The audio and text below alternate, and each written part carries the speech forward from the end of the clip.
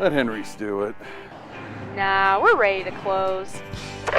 Let Henry's do it. Henry's is ready to take your call right now. From compacts to semis, Henry is here to help 24/7. Save yourself the hassle and make us your first call. Henry's gets there fast, offering multiple locations to serve the Ozarks. When you're stuck on the side of the road, make the right call. Let Henry do it. I need a change. My workouts are too boring. Oh, I've got an amazing workout for you. Hot yoga. I've lost weight and I'm more flexible. Try our community classes for only $8. Sumit's Hot Yoga. You are going to feel awesome! The Fuel Forward app is a go. Fuel Forward provides quick and secure payments and everyday savings on fuel at your local Rapid Roberts to keep you moving forward. Download today and save up to 20 cents per gallon on your first fill-up. Then save 5 cents per gallon every fill-up after that. Driving just got a whole lot better thanks to the Fuel Forward app at your local Rapid Roberts.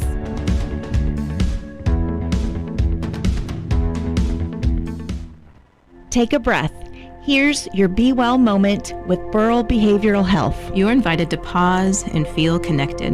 Let's practice by taking a deep breath in and an exhale out, and start to notice the space around you. What can you see that is a reminder of your connection with others? Maybe it's a drawing created by a child, a music playlist put together with a friend, a beloved pet basking in the sun. If we look closely, there's evidence of our connection to others all around us. For more wellness, visit BeWellCommunity.org.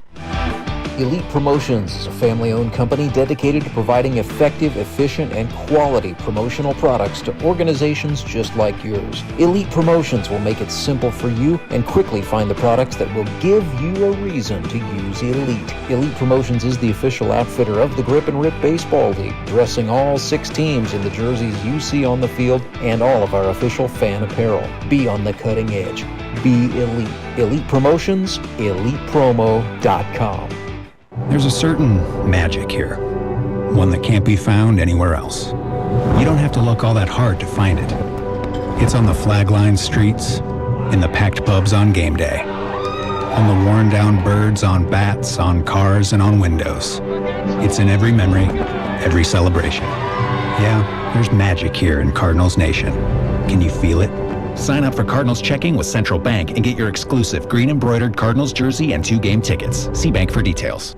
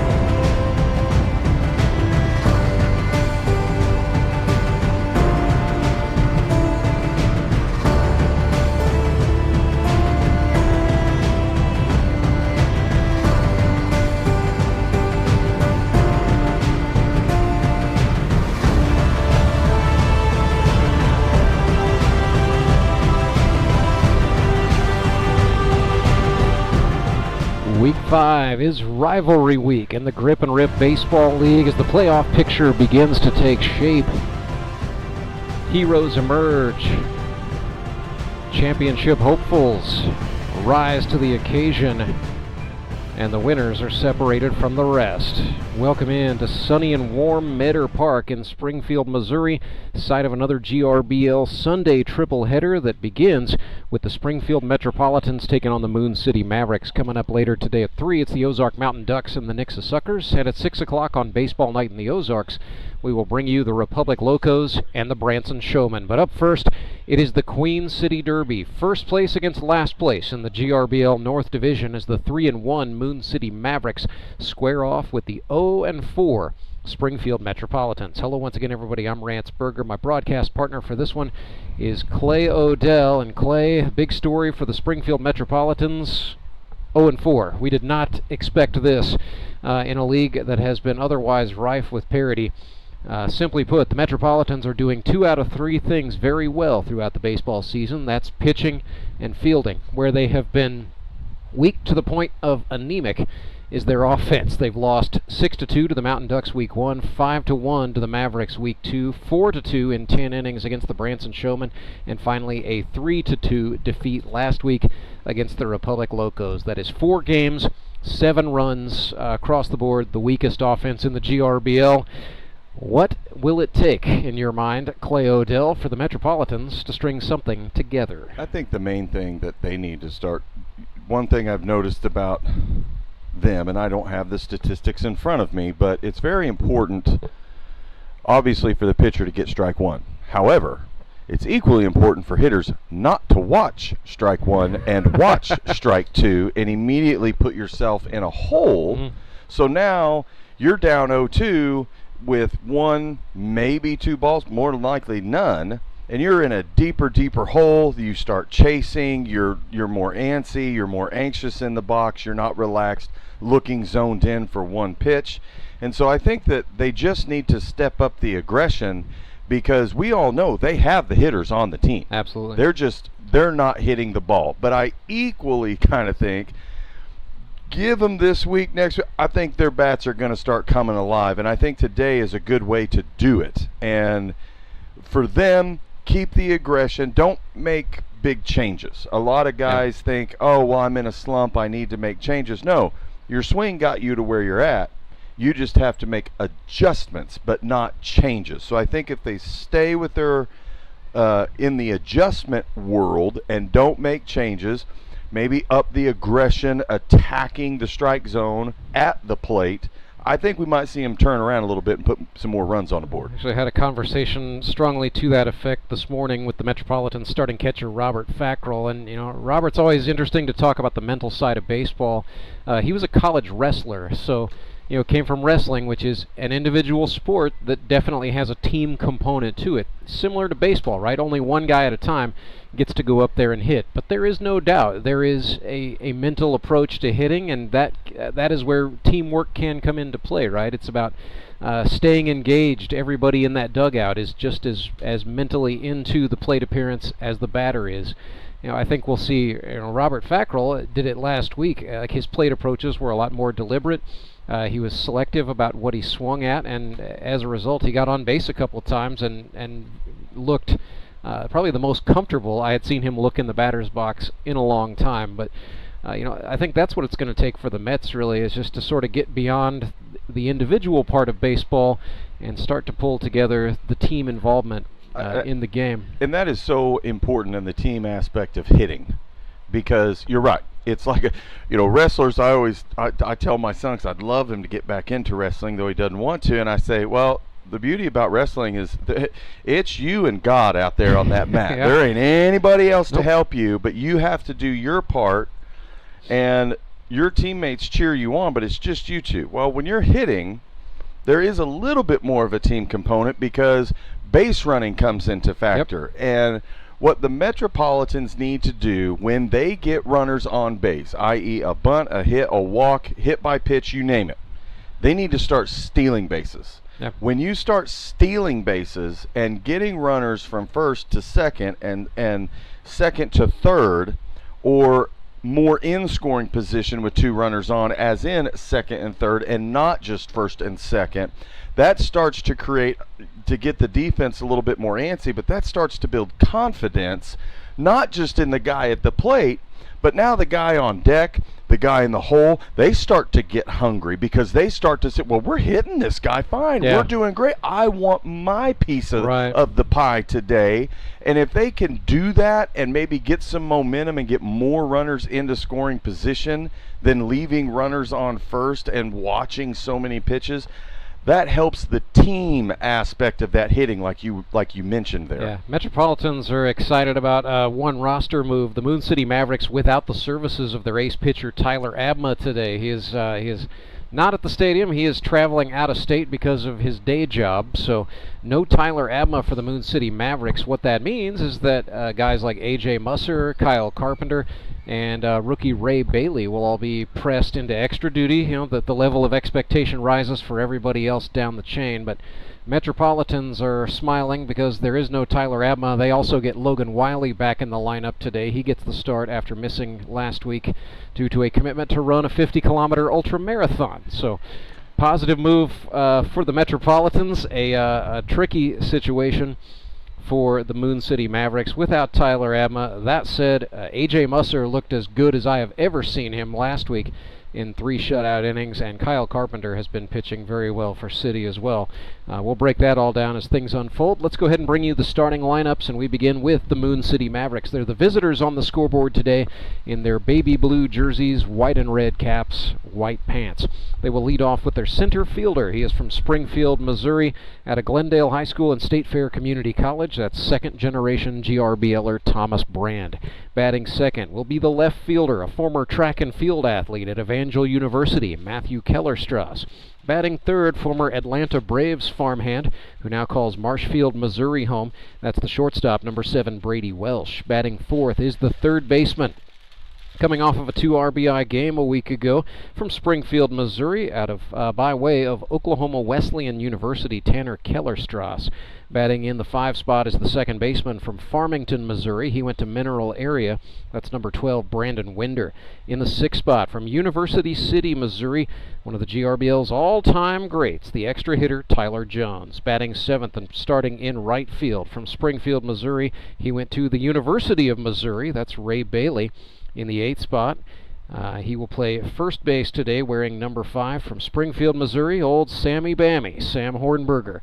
In the 9th spot, he's from Kickapoo High School in Springfield, Missouri, and played at Mission University, catcher Alex Bird. And batting 10th, the pitcher from Indiana, Mishikawa, Indiana, A.J. Musser. So it's Brand, Matthew Kellerstrass, Welsh, Tanner Kellerstrass, Winder, Jones, Bailey, Hornberger, Bird, and Musser for the Moon City Mavericks. They are without Tyler Abma, but otherwise the Mavs at full strength. Springfield Metropolitans will lead off with their left fielder. He wears number 5 from Bolivar, Missouri, Jared Brashler. In the 2nd spot is the player manager. He'll start at third base from Wolf Lake, Illinois. Just the second man ever to reach the GRBL's 200 strikeout club, Clay Murphy. Batting third and playing center field from Republic, Missouri, Harrison Waters. Batting fourth, the shortstop from Wablo, Missouri, number 15, Caleb Kaufman. The extra hitter will bat fifth. He's originally from Branson, Missouri, now resides in Republic. That is car sales manager Justin Parker. In the 6th spot, playing right field, he is an engineer from Missouri S&T, Grant Cundiff. In the 7th spot, doing the catching today from Springfield, Missouri, number 12, Robert Fackrell. Batting 8th and playing first base is Kevin Walsh. Batting 9th, the designated hitter from the island of Curacao, Ravani Rosalia. And in the 10th spot, reactivated after missing last week's game, the second baseman, number 13, Dustin Thomason. The pitcher for the Metropolitans is number 10. Just mentioned he ran a 50-kilometer ultramarathon last Sunday from Missouri State University, Logan Wiley. So it's Brashler, Murphy, Waters, Kaufman, Parker, Cundiff, Fackrell, Walsh, Rosalia, Thomason, and Wiley for the Metropolitans. Big roster news for them. They are without the services of their starting catcher, Cole Hazelhorst, gone due to a family emergency. So Robert Fackrell's going to catch all 9. Asked Rob about his hydration levels today. He said, dude, I have been packing on the water for the last 72 hours. And again, Fackrell, being an ex-college wrestler, knows a thing or two about hydration. So we expect Baseball Bobby to be ready to go. But the Mets really don't have a safety net at the catcher position. So it's going to be about Fackrell to be mentally and physically tough for 9 hot innings. about when you think about trying to build the team and sustain a team, for me, it's always your first pick is your catcher. Yep. You've got to have the guy who can be back there every single game, every single inning. We're not switching that out. Who can handle the heat, handle the cold, handle all those things. And when it comes to hydration, kiddos, let me give you a free piece of advice.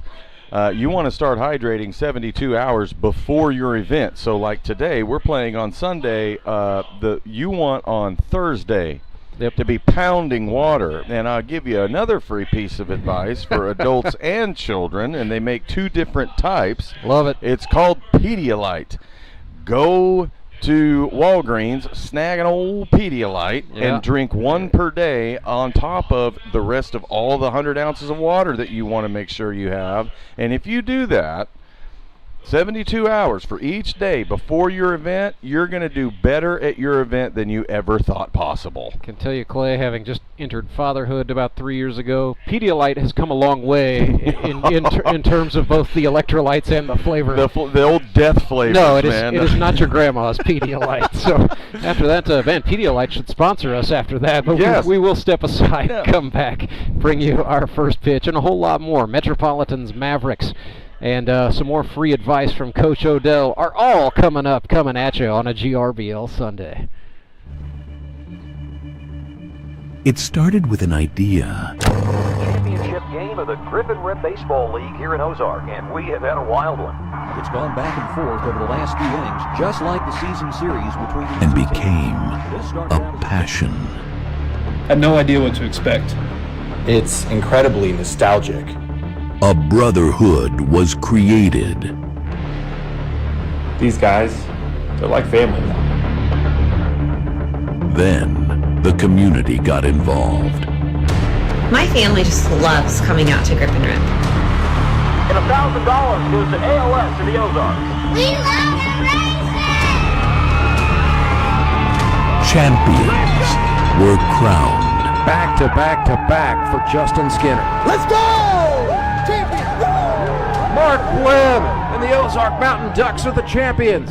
Bring on season 10. Moon City, baby. Go Fish. Quack Attack is back. Go Locos. Let's go Mets! It's showtime. Welcome to season 10 of the GRBL. Baseball's ultimate second chance.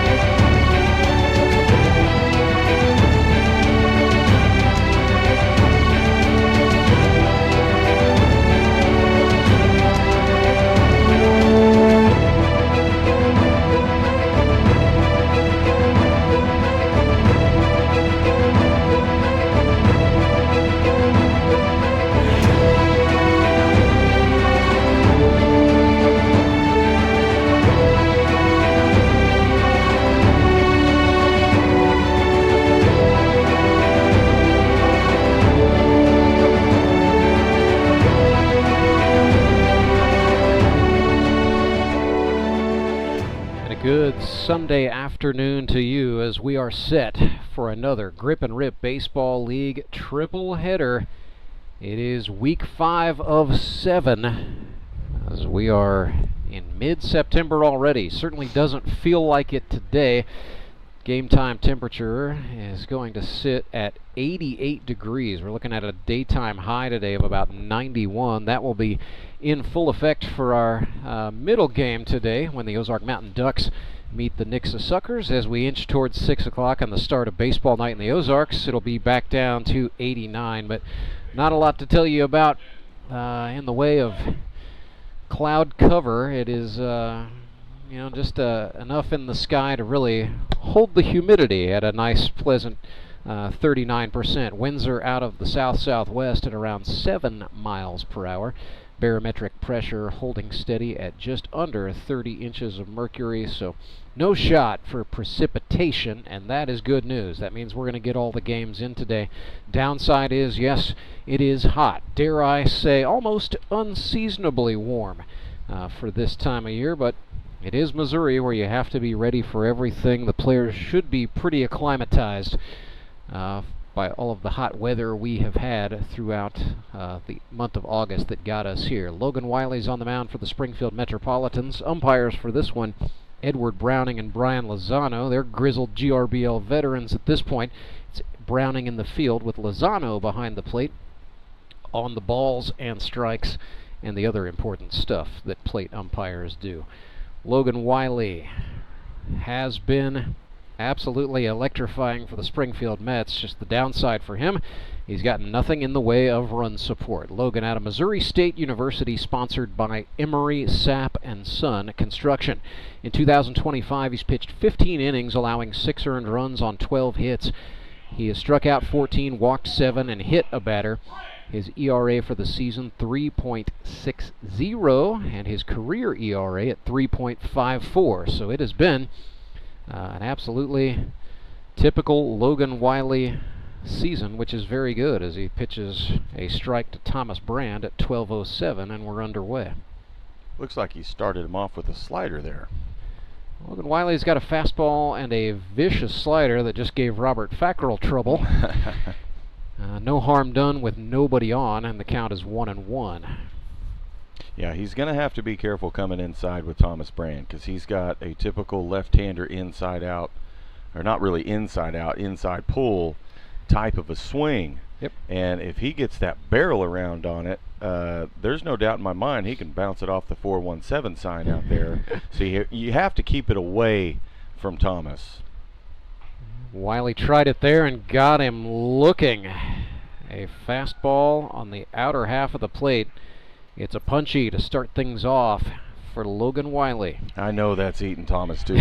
That's going to hang with him. Yeah, you watch strike 3, it eats you up. But at the same time, this is everybody wants to go up there with precision, perfect calls from the umpire, and it's like, I'm not saying that was off the plate, but they're going to have their interpretation. The umpire's going to see what he sees.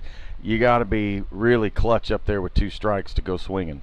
Matthew Kellerstrass swung at an off-speed pitch for strike 1 at 80 miles per hour. And I'll be the first one to tell you, when you got 2 strikes in the box against Logan, it's not an easy feat to come out on top. So that's not a dog on any hitter, not on Thomas, anything like that. This is the kind of pitcher you're up against. He can spot the ball, he can move the ball. 2-0 to Matthew Kellerstrass. Breaking pitch, swung on, fouled off there. Matthew, 2 hits in his first 4 games. Holds a digital arts degree, works for the nonprofit Africa's Hope as a graphic artist. Okay, that's cool.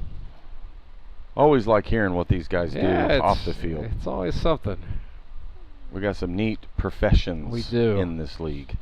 I think Kellerstrass, he went to Evangel University, so got exposed to the mission at the collegiate level, but then figured out a way to make that into a career. So that's really cool.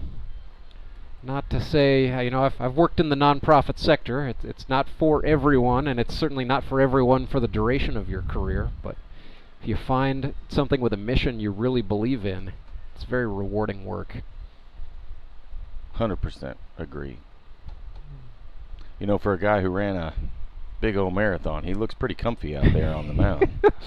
The Wiley family's just built different. That is a family of athletes. As he comes home, and then Kellerstrass got a hold of that nicely. Out into left center field it goes. Wiley challenged him with the slider, and Matthew just looked ready, swung on and drove it beautifully. He's got a short, quick swing, which I really like, and he's a guy that every time he steps in the box, he just looks like he's ready to hit. Yeah. Get the ball here. Don't be throwing those 70-mile-an-hour stuff. Throw something like, get it to me. I want to hit it. He looks so hungry when he's in the box. And those guys, when you're pitching, that can put a little bit of intimidation in your pocket. So now the Mets have to account for Matthew Kellerstrass. The Evangel track star is a threat to steal. He's going to be a threat to go all the way round here as Brady Welsh hits one to the wall in left field. Daniel England puts up the woe sign for Kellerstrass at third, but a stand-up double for Brady Welsh. And the Mavericks, that's back-to-back swings through the nitro zone and 2 balls pulled into left field. Well, and it looks like he was sitting on that pitch for the first one. So I don't know. I mean, I'm not in his brain and I can't interview him right now. But to swing at a first pitch like that and pull it down the line tells me he was sitting on it. And like we were talking about that teamwork hitting earlier, runners on second and third, and now you got your 3-hole up. This is where team hitting comes into. You get the momentum going, you get the guys in scoring position, not necessarily second and first. You're moving runners, guys start to get hungry. They start to go up there swinging and being more aggressive, and good things can happen. This is Tanner Kellerstrass, third baseman out of Oklahoma Wesleyan, sponsored by Martino Training Systems, and he is employed by the organization as a personal trainer. 6 for 11 with 2 doubles and 3 RBIs in his first 4 GRBL games. Tanner has been red hot for the Mavs, hitting in the 4 position today. Swings and pulls this one left side. Murphy, the third baseman, up with it, and his play is at first. Not in time. Kellerstrass is safe, and Matthew Kellerstrass is safe at home. It is 1-0 Mavericks. And that's why we run it out, kids, because just because you hit it to a position player doesn't mean they're going to make the play. So you got to come out of that box like he just did, just a galloping down that line. And good on Tanner for beating it out. Yep. And now you've still got a runner in scoring position, but you got a guy on first. And we'll see what the old number 12 Brandon does right here. Brandon Winder at a Mineral Area swings and chops one foul. Official scorer Jacob House did go E5 on the ball in play from Kellerstrass. So no hit, no RBI, no earned run for Logan Wiley. However, Welsh is absolutely an earned runner, taking a nice, healthy lead off of second base. And Wiley looks back at Brady Welsh carefully. Comes home with a breaking pitch to Winder that he reached out and spoiled foul. But I think Winder was thinking fastball, just sort of threw some desperation hands at an off-speeder. I think you're right. And this is one of those where the last couple hitters, what we've seen, guys are attacking Logan. They're swinging at that first pitch, swinging at that second pitch, which is smart against him, because if you don't and he gets 0-2 on you, it's going to be a tough at bat like right now. Yeah, Winder choked up and Wiley got him inside. He's got so many different pitches, and his location and the way he spots his pitches, you go 0-2, it is just an infinite guessing game. And so now you're guessing, where if you go up there looking for some, or just to think, I'm going to smack that first pitch I see, that's how they get runs going, just like that. Here's Tyler Jones, sponsored by Round Table Solutions. 4 for 10 with 4 walks for the season. So on-base percentage, nice and healthy in TJ's world. Had 8 hits with the Mountain Ducks in 2024. One of the GRBL's top 10 leading hitters of all time. He's been in the association since it started in 2016. Ahead 1-0. Woo! Goodness sakes, that was pure nastiness. Looked like that ball just fell off the table before it touched Fackrell's glove. Well, and I didn't want to call it before, but he threw that high and outside fastball. Yeah. And when you got a left-handed hitter and you're a right-handed pitcher, normally anytime you have a high outside fastball, the curveball's coming right after that to be deceptive and drop in. And Tyler swung at it, but man, that was just a good one. Wiley came back, missed high. That was 82 miles per hour, so a little more heat. Wiley not, usually sits about 85, 86, maybe saving it back a little bit. 2-1. That was 83 for a called strike on the inner half. His ball moves. You have to be geared up in that box against him. Just put the bat on the ball. His ball moves too much. We're not going to see long shots, 2-2 to Jones with 2 on and 2 out. No, that's down, and we will have a full count. I know that's eating Logan right now. Saw Brady Welsh just give the hand gesture back to the tail runner Kellerstrass that said, "We're going here." Well, you got 2 outs, Right. bases loaded. Element of surprise is gone. Yeah. Mavericks are going to send it. And there they go. Jones swings and pulls one. First base side, and it ejects from Walsh's mitt. Nobody to cover. Now a throw to the plate. Fackrell can't hang on, and Welsh is safe. It is 2-0 Mavericks. And so what could have been a ground out is instead a run coming across, and Tyler Jones standing tall on second base. Well, and I don't know what exactly happened there. Just kind of maybe hit his glove on the heel, the palm. Bounced out enough, but he turned around and might have could have had a play, but nobody was covering first there. And that's why, kids, when you pitch, no matter what, when that ball's hit to first base, you're booking it over there until your first baseman waves you off. But because of that, he gets to first, and then he's throwing home. When that play doesn't happen, Tyler was able to shoot down to second. And even though they've got 2 outs, they still have 2 runners in scoring position. So Ray Bailey from Kickapoo High School is the batter. Played at the collegiate club level at the University of Missouri.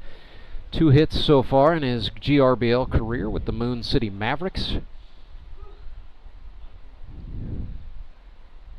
Ray is going to get a little more of an opportunity to shine today for City with Tyler Abma out of the lineup. Looked at a called strike there to fall behind 0-2. That's what you don't want to do. Yeah, this is where Wiley wants you, and he's frustrated because he knows he should be in the dugout by now, but he's not. It's not been a good inning for the Metropolitans, but it's early. As Bailey swings and pulls one, and that's going to get through. Base hit into left field. Another one scores, and Ray Bailey drives in a run to make it 3-0 Mavs. And that right there was an excellent piece of hitting. Inside-out swing. Not trying to pull it. We've got runners in scoring position. Just go ahead and punch it to the left side of the diamond. Get 1 run in. Move your run to third. Now you're on first. Yep. And there's nothing wrong with first pitch steal right here. Second pitch steal. Now you have 2 outs again. First and third, and you got a backup catcher. Exactly. Sam Hornberger batting. Looked at a curveball inside ball 1. Sam had 4 hits for the Mavs in 24. He's 3 for 9 thus far in 25, so having a good sophomore campaign. Has driven in 2 runs this season. He is the Mavs' first baseman today. Wiley going in. This is some Kickapoo versus Glendale stuff right here. Just there you go. To sweeten up this Springfield rivalry game a little bit more. I don't know if Bailey doesn't feel comfortable stealing or what, but he should be gone by now. We should have runners in 2, and that would give Sam more confidence to punch that ball the other way. Hornberger swung and fouled that one back. Sam had to make a little bit of adjustment coming into this league, because when you go to slow pitch softball, to seeing that small little piece shoot in there like that, you gotta get those feet spread out and get your hands to the zone quick. It's got to be a lot more short and quick, and I can tell he's put in the work and made the adjustments this sophomore year. Well, and Hornberger and Wiley are of the A. They probably saw each other as high schoolers or even as youth pitchers along the way. They very well could have, and that would be neat. That's kind of what's fun about, kind of the crop we have, the next generation type players. Which Logan would have been a little bit ahead of Sam, I believe, by a couple of years. So Hornberger finished high school in 2019. So he might have been a freshman when Logan was a senior. Now the runner takes off. Hornberger fouls it off. So it's going to send Bailey back to first, and we'll do another 2-2. I say that's tough work to do, to try to steal when your hitter has 2 strikes. You want to do it first, second pitch, get down there. So in case he leads them off with a strike, or maybe he leads them off with a ball and then a strike. It's only 1-1 or 2-0. Or sitting there with 2 strikes, trying to take it, man. That's tough. That's tough stuff, because he's going to be fighting. First and third, 2 out, Deuce's wild pitch. Hornberger pulls this one to the third baseman. Murphy up with it, throws across into Kevin Walsh's glove for out number 3. Moon City does some damage. A couple of errors and an RBI single by Ray Bailey makes it 3-0 Mavericks. We're in the middle of the first. Back with more Grip and Rip baseball right after this. When Gary and Sandra Henry started Henry's Towing nearly 5 decades ago, customers knew that Henry would be the guy coming to help. People would call and ask to let Henry do it. And as Springfield has grown, our family has grown as well, so there's always someone around to come help you out. Everyone at Henry's is a member of the family, fully trained and as dependable as the original. With a family this size, help is always right around the corner. So if you find yourself in need of roadside assistance, remember to call the name you've grown to know and trust. Remember to let Henry do it! Seems Bill's up the creek without a paddle. That's not funny. And while he really wants a new boat, at Central Bank, we're helping Bill plan for what's most important. Like retiring early and fishing whenever he wants. Hey, Bill, try it again. Fine. Hope a new boat's part of this plan. Dream bigger, Bill. We're thinking about a cabin, too. Now that's a plan. Did you know that Conoco gas has 3 times more detergent additive than the minimum required by the EPA? And 30% more than the top-tier detergent gasoline standard, recommended by major car manufacturers. Other alternatives contain unwanted deposits that can build up on fuel injectors and intake valves, robbing your engine of performance. More quality in every drop. Only at your local Rapid Roberts.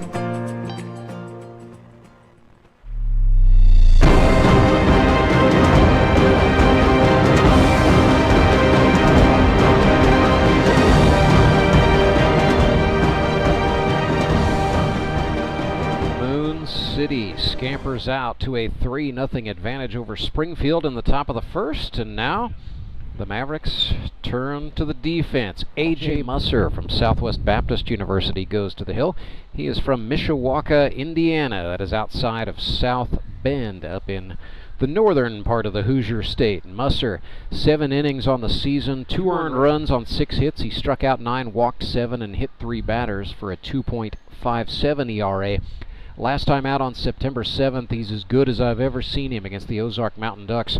3 innings, no runs, 3 hits, 6 strikeouts to 2 walks. You know, the book on Musser is that, yeah, sometimes he will walk a couple of more batters than a manager would like, but the end result has been very good for AJ throughout this 2025 campaign. He said he's feeling good, feeling more comfortable, and just ready to go. He believes in the team around him, and that has definitely raised the confidence level. Daniel England hoping that A.J. Musser can give him 2, maybe 3 innings today, sort of serving in the opener's role, and the Mavericks saving Kyle Carpenter, who's going to be called upon to be the big hammer in the second half of this game. Well, they went 3-3-3 last game. They did. Right? It was old school GRBL.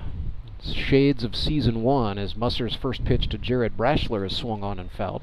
I think the main thing is, we're right here still in summertime. It's still hot. There's still a good amount of residual heat. Yep. It's all about just staying within yourself. Just execute your pitches, throw strikes. Don't try to do too much. If you throw 3, great. If you throw 5, wonderful. Either way, just do your job while you're out there. And I think Muss is going to do as he always does. He always tries to do his best. Yep. You're not going to get Muss on the mound and you're not going to get him not giving his best effort, Definitely a high effort guy. 4 for 13 is Jared Brashler with a double. He has drawn 3 walks, a stolen base, and a run scored. 2-1 to Brash, the airline pilot, and former drummer in the famous Missouri Brashler family band. Wowed the crowd on stages in Branson back in the day. That was a good pitch there. That was. 68, dropped low. Brought us back even 2-2. Musser threw another breaking pitch, and Brashler skies it. Thomas Brand, the center fielder, 2 hands. Time to camp out. No, 1 hand always for Thomas Brand. Nope, kids, 2 hands. I'll let you go take it up with Thomas Brand and his outstanding mustache when this one is over. I'm sure his father, Kurt Brand, would have a thing or two to say about that. Oh, I know. Kurt, yeah. We were in the dugout both hollering 2 hands at times, of course, I do it with everybody. Well, if he's not going to listen to Kurt, I don't know what to tell you. Yeah. Here is Clay Murphy.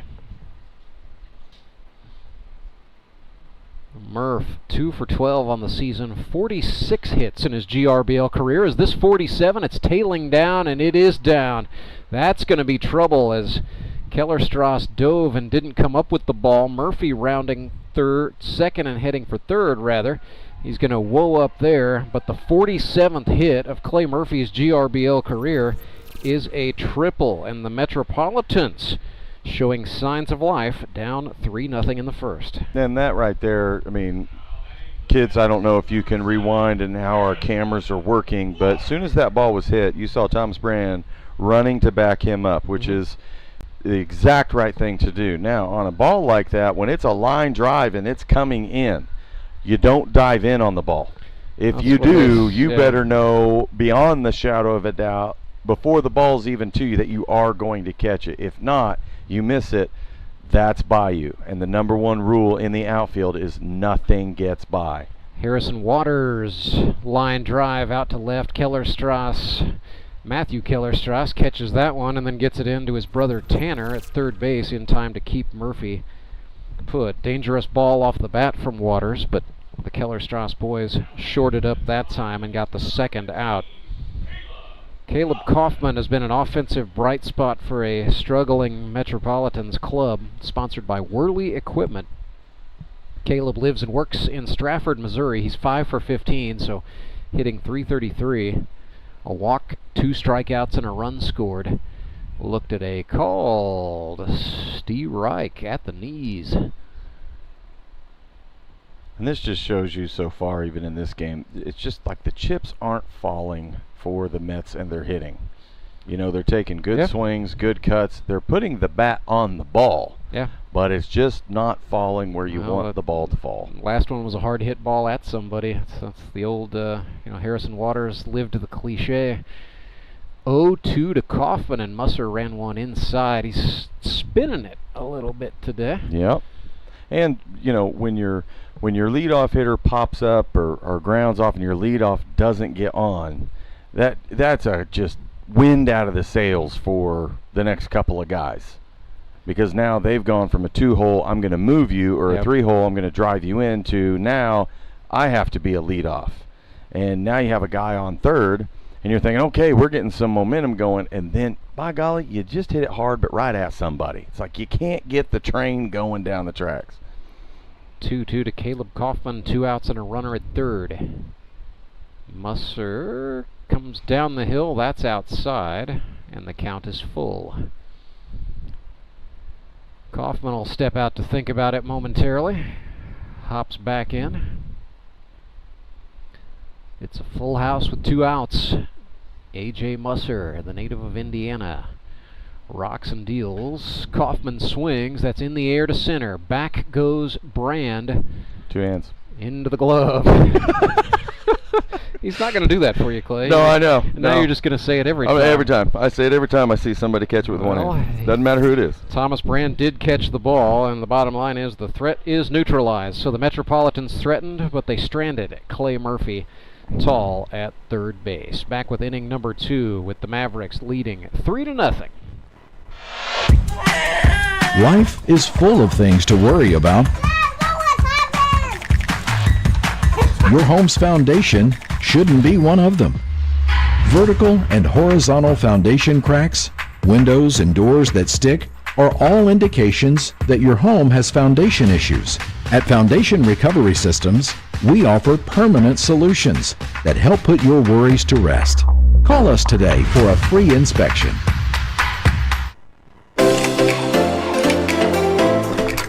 Hi, I'm Carolyn Hawkins with Key Cornerstone Realty, here to help with all your real estate needs in the St. Louis area.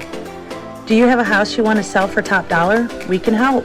With over 15 years of experience, our negotiating skills and expertise can help buyers and sellers get under contract fast. Contact us at keycornerstonerealty.com or call us at 636-447-8661. Go Mavericks!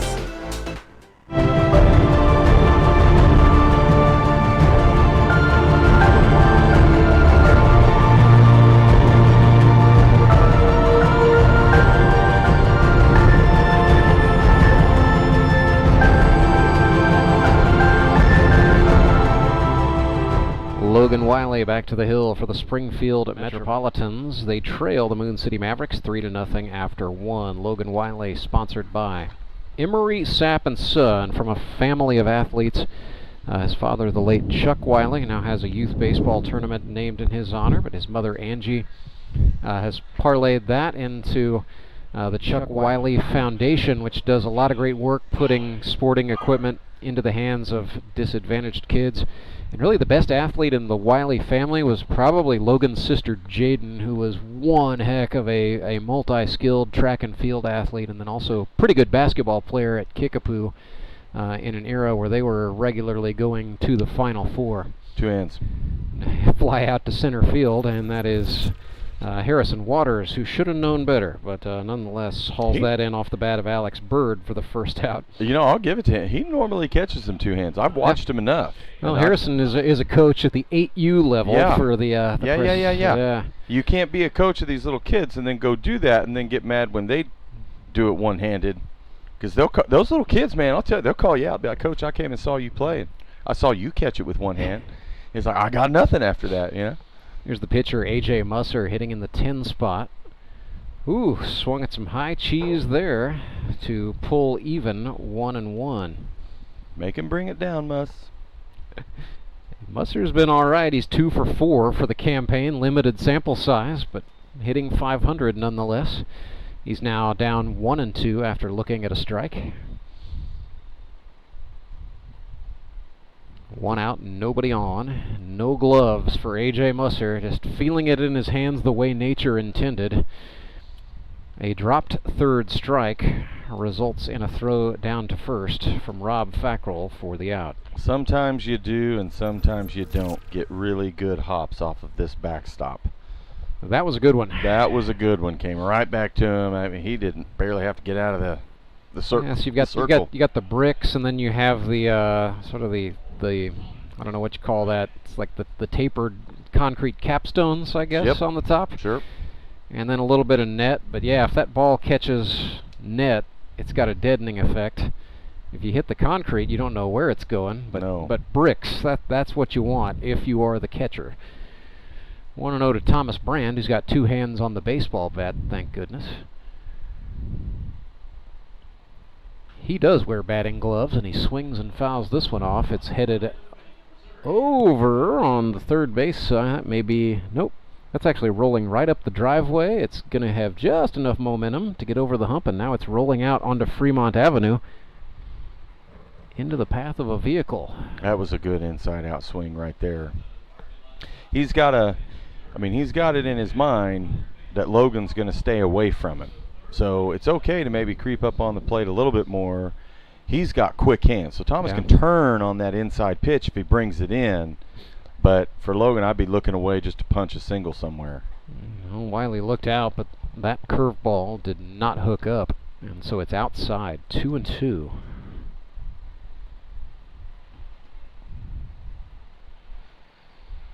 Looks like Thomas is choked up from here. Yes, he is. Good is. Adjustment, kids. 2-strike right up adjustment, and man, you can't draw it up any better than that. A pretty as you please base hit. Thomas Brand's 5th hit in 5 games. He is, there's something about the sophomore year. I don't know. Thomas Brand is having himself one. Kids, if you can rewind that at bat and watch that over again, I would highly suggest you do, because he was aggressive. He's swinging. He's up on the plate, sees the ball out of the zone, but once he had 2 strikes, it was a short, choked up, simple swing, punched it right back up the middle, which is the sign that his timing was perfect on that pitch. He's on for Matthew Kellerstrass, who swung out of his shoes at strike 1. Swung so hard we can see his socks. Okay, yeah, Matthew, I think, well, he's looking to make up a little bit. You know, he singled in his first at bat, so he's feeling like, okay, I can hit this. And he's also looking to make up for, you know, the missed dive on the ball off of Clay Murphy's bat in the first inning, as he swung at Steerike too, so he's down 0-2. But he's down 0-2 swinging, kiddos. Yes, he is. He's going to make the adjustment. He's still going to keep a short, quick swing. Runner goes. Kellerstrass tried to check. He was safe on the steal, but he struck out. It's stolen base, and didn't check. And he would have had a stolen base had it not been. out 3. Woulda but didn't. So the Mavericks go down. Wiley faces 1 above the minimum that inning. And so the score remains Moon City 3, Springfield nothing. We're in the middle of the second. Clay and I are back after this. I'm Nicole Cardinals with the Bank of Missouri. If you're in the market for a new home, you're probably spending a lot of time looking at real estate listings. But there's one main thing you need to do to narrow down your search. Get pre-qualified for a home loan. Mortgage loan officer Shannon Meissner is here. How does this help you to live well, bank well? Getting pre-qualified for a mortgage loan is definitely your first step. Pre-qualification allows you to determine early on how much money you can borrow to purchase a home in connection with your monthly budget. This way you know what homes to be watching the market for. We have lots of different loan options to fit everyone's unique needs. This way we can help you accomplish your homeownership dreams and goals. And the best part about pre-qualification is there's no cost. It's quick, easy, and it makes you a smart buyer. Thanks, Shannon. And of course, our mortgage loan officers like you are here to help you every step of the way. At the Bank of Missouri, we help you live well, bank well. The Bank of Missouri is an equal housing lender.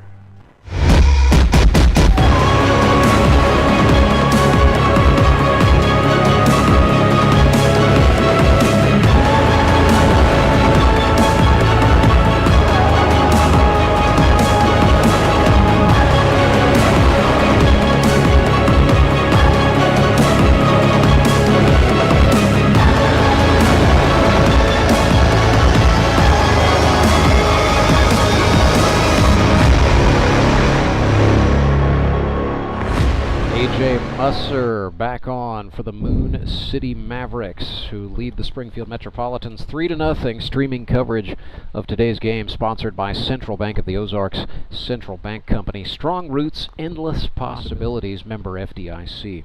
Justin Parker, the number 5 hitter for the Metropolitans, will get us started here in the bottom of the second. It'll be Parker, Grant Cundiff, Robert Fackrell, and Kevin Walsh, should anyone reach safely. JP out of Labette Community College. He's the sales manager at McCoy Auto Group in Springfield. Went to Branson High School, where he played for Hall of Famer Steve Lale, now the GRBL's Director of Baseball Operations.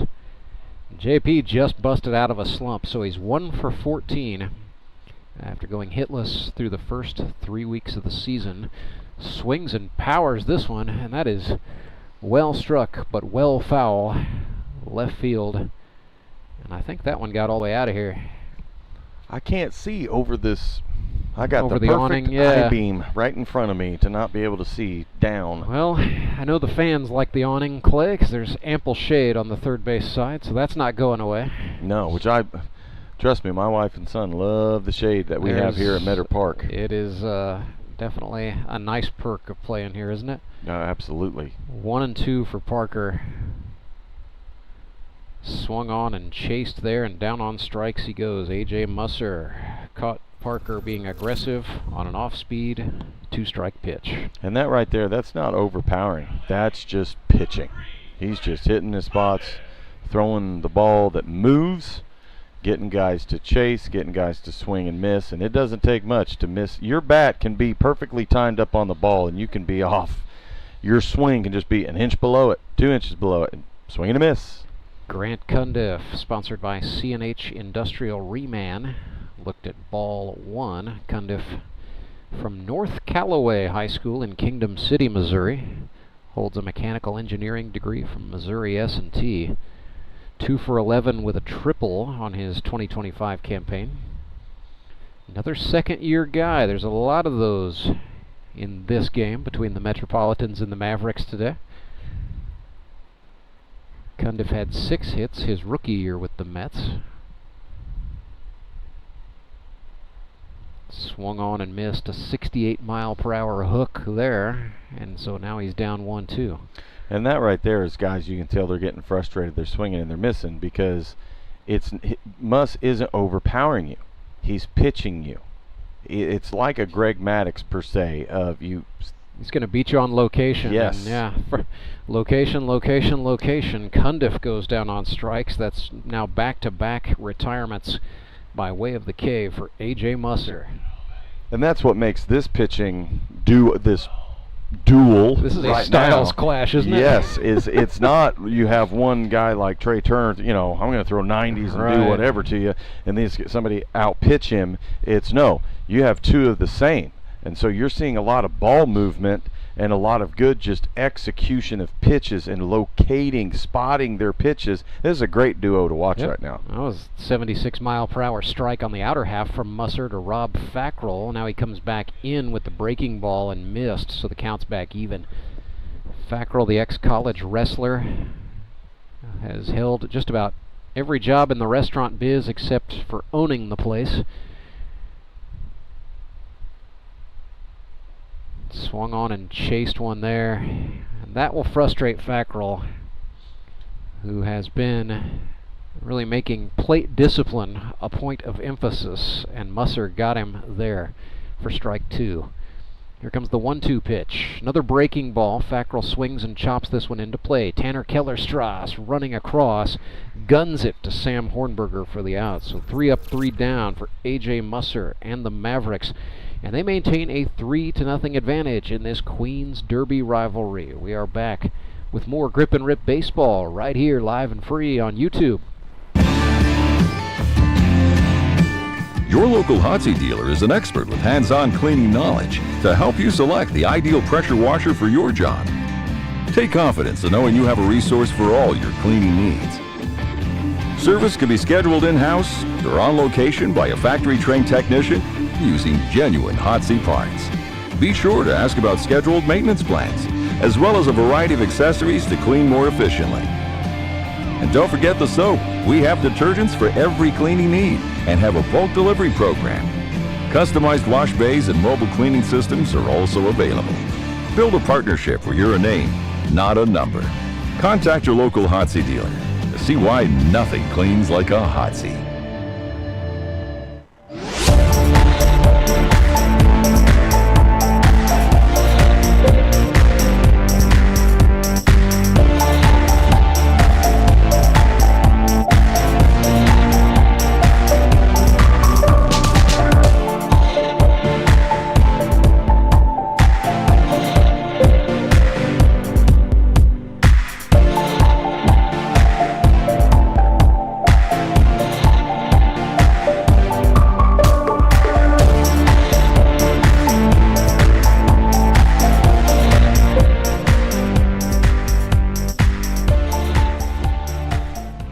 Moon City skipper Daniel England taking the long walk from the visitors' dugout on the first base side. He was taking a moment to survey the crowd. Pretty decent crowd for how warm it is. We kind of have usually a lull in the action these middle weeks coming back off the Labor Day break. 89 degrees right now, feels like 91.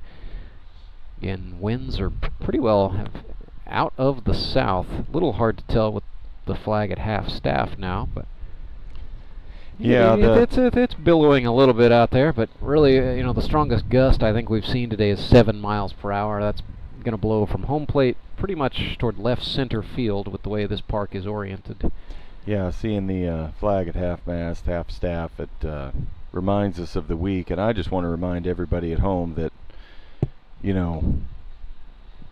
this is still the greatest country on earth, and in the United States of America, one of the most welcomed distractions that we have as an American culture is the game of baseball. So whether you're watching it at home or listening to it or while you're doing something else, I would encourage you, come out to the ballpark. Life is very heavy, and baseball provides such a way to just, it doesn't really matter, but at least for 2.5 hours you can pretend that it really matters and have a great time watching people play the game and be a part of the family atmosphere that we have down here at the Grip and Rip League. I love seeing kids run around, going and getting fly balls, getting their soda pops, getting their hot dogs, and it's just such a great atmosphere. I encourage everybody, regardless of the heat, we got shade. Come on down and watch some baseball. Lots of shade. It is not bad in the shade. Very well said there, Clay. And that's the fun thing about the GRBL is you're really only a stranger for your first time, and you will make friends you didn't know you had.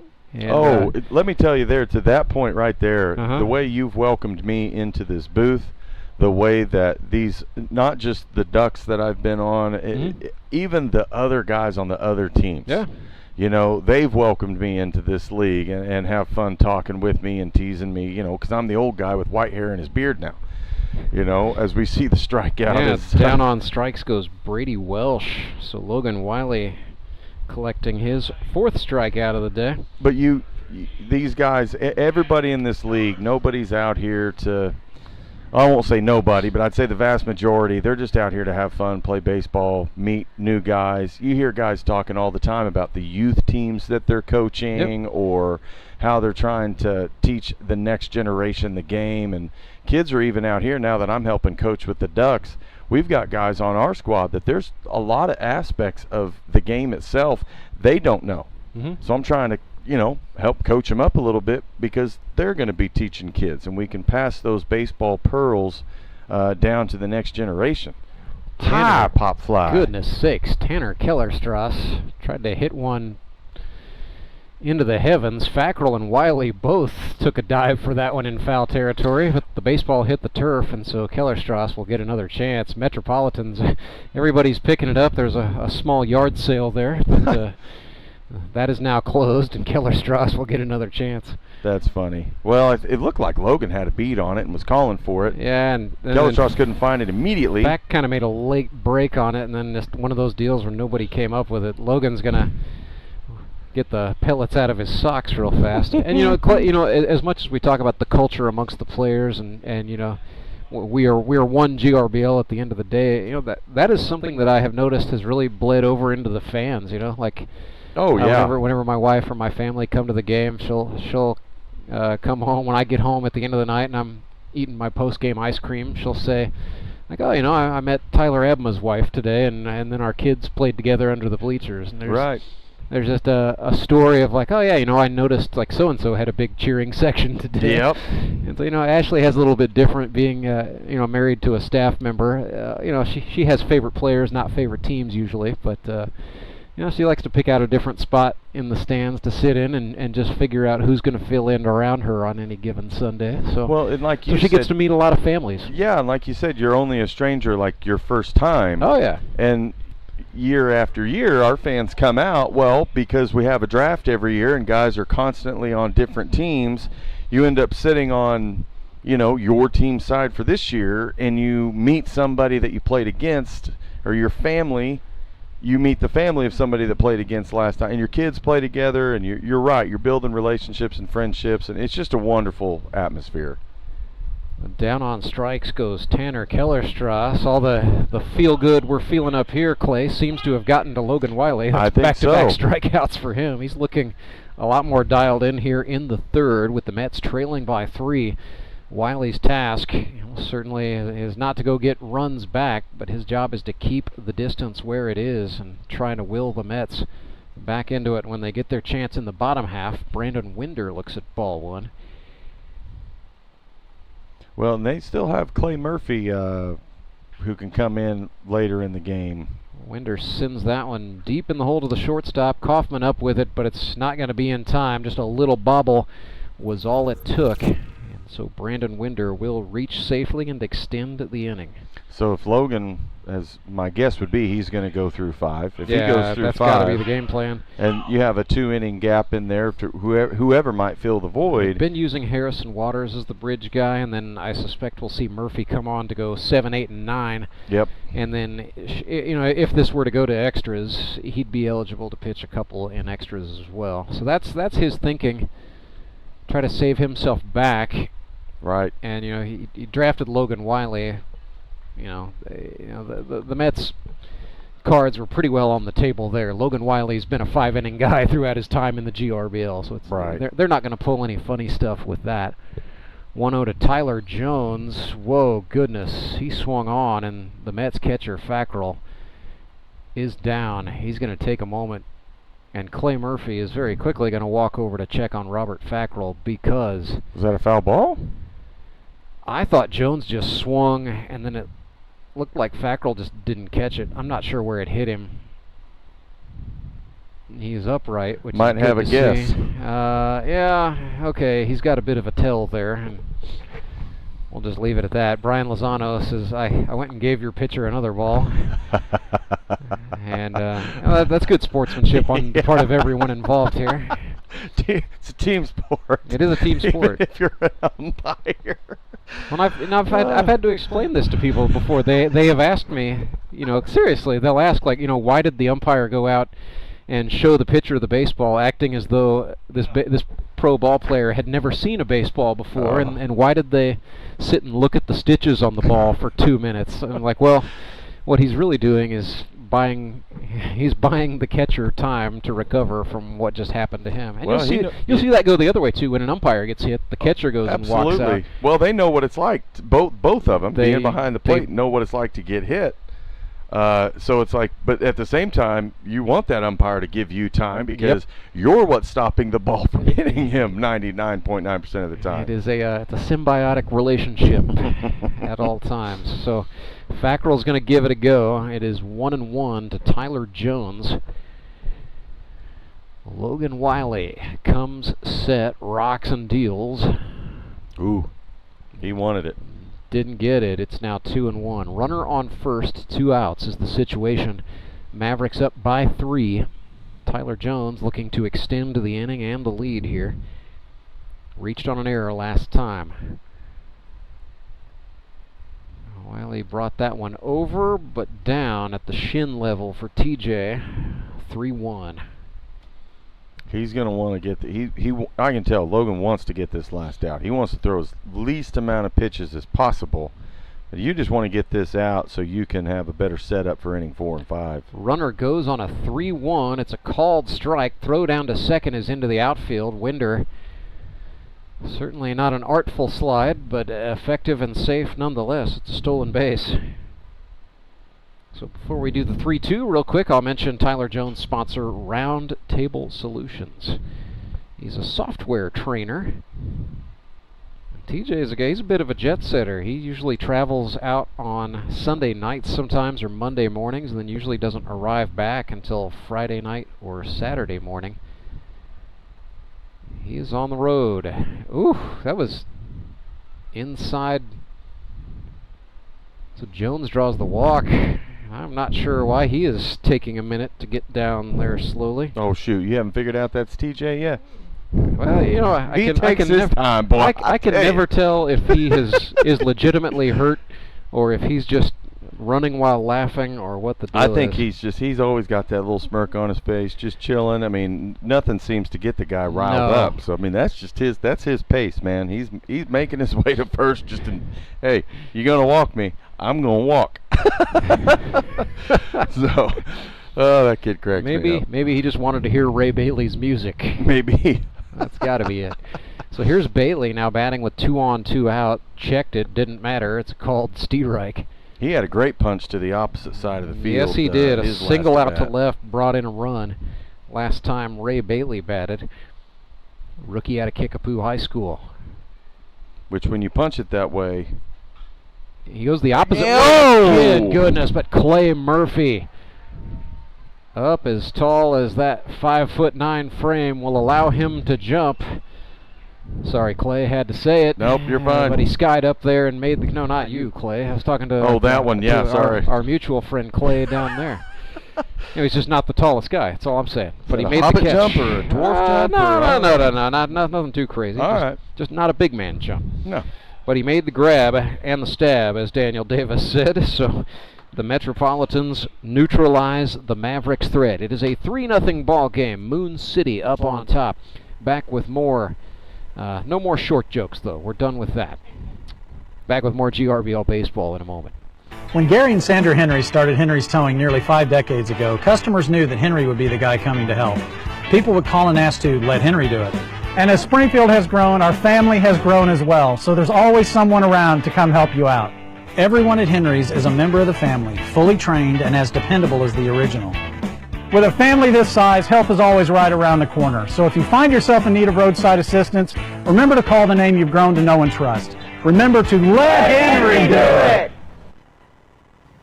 Mr. Callahan, let's play Word Connect. I don't want to. I'll start. I'm not gonna. Air. Services. Professional. Trustworthy. Quality. Satisfaction. Every day. Overnight. 24/7. Repair. Replace. Air. Water. Heating. Cooling. VIP. Membership. Okay, that's good. Okay, that's bad. Stop. Go. Jimmy! Mr. Callahan! Fired. Hired. That was fun. Again?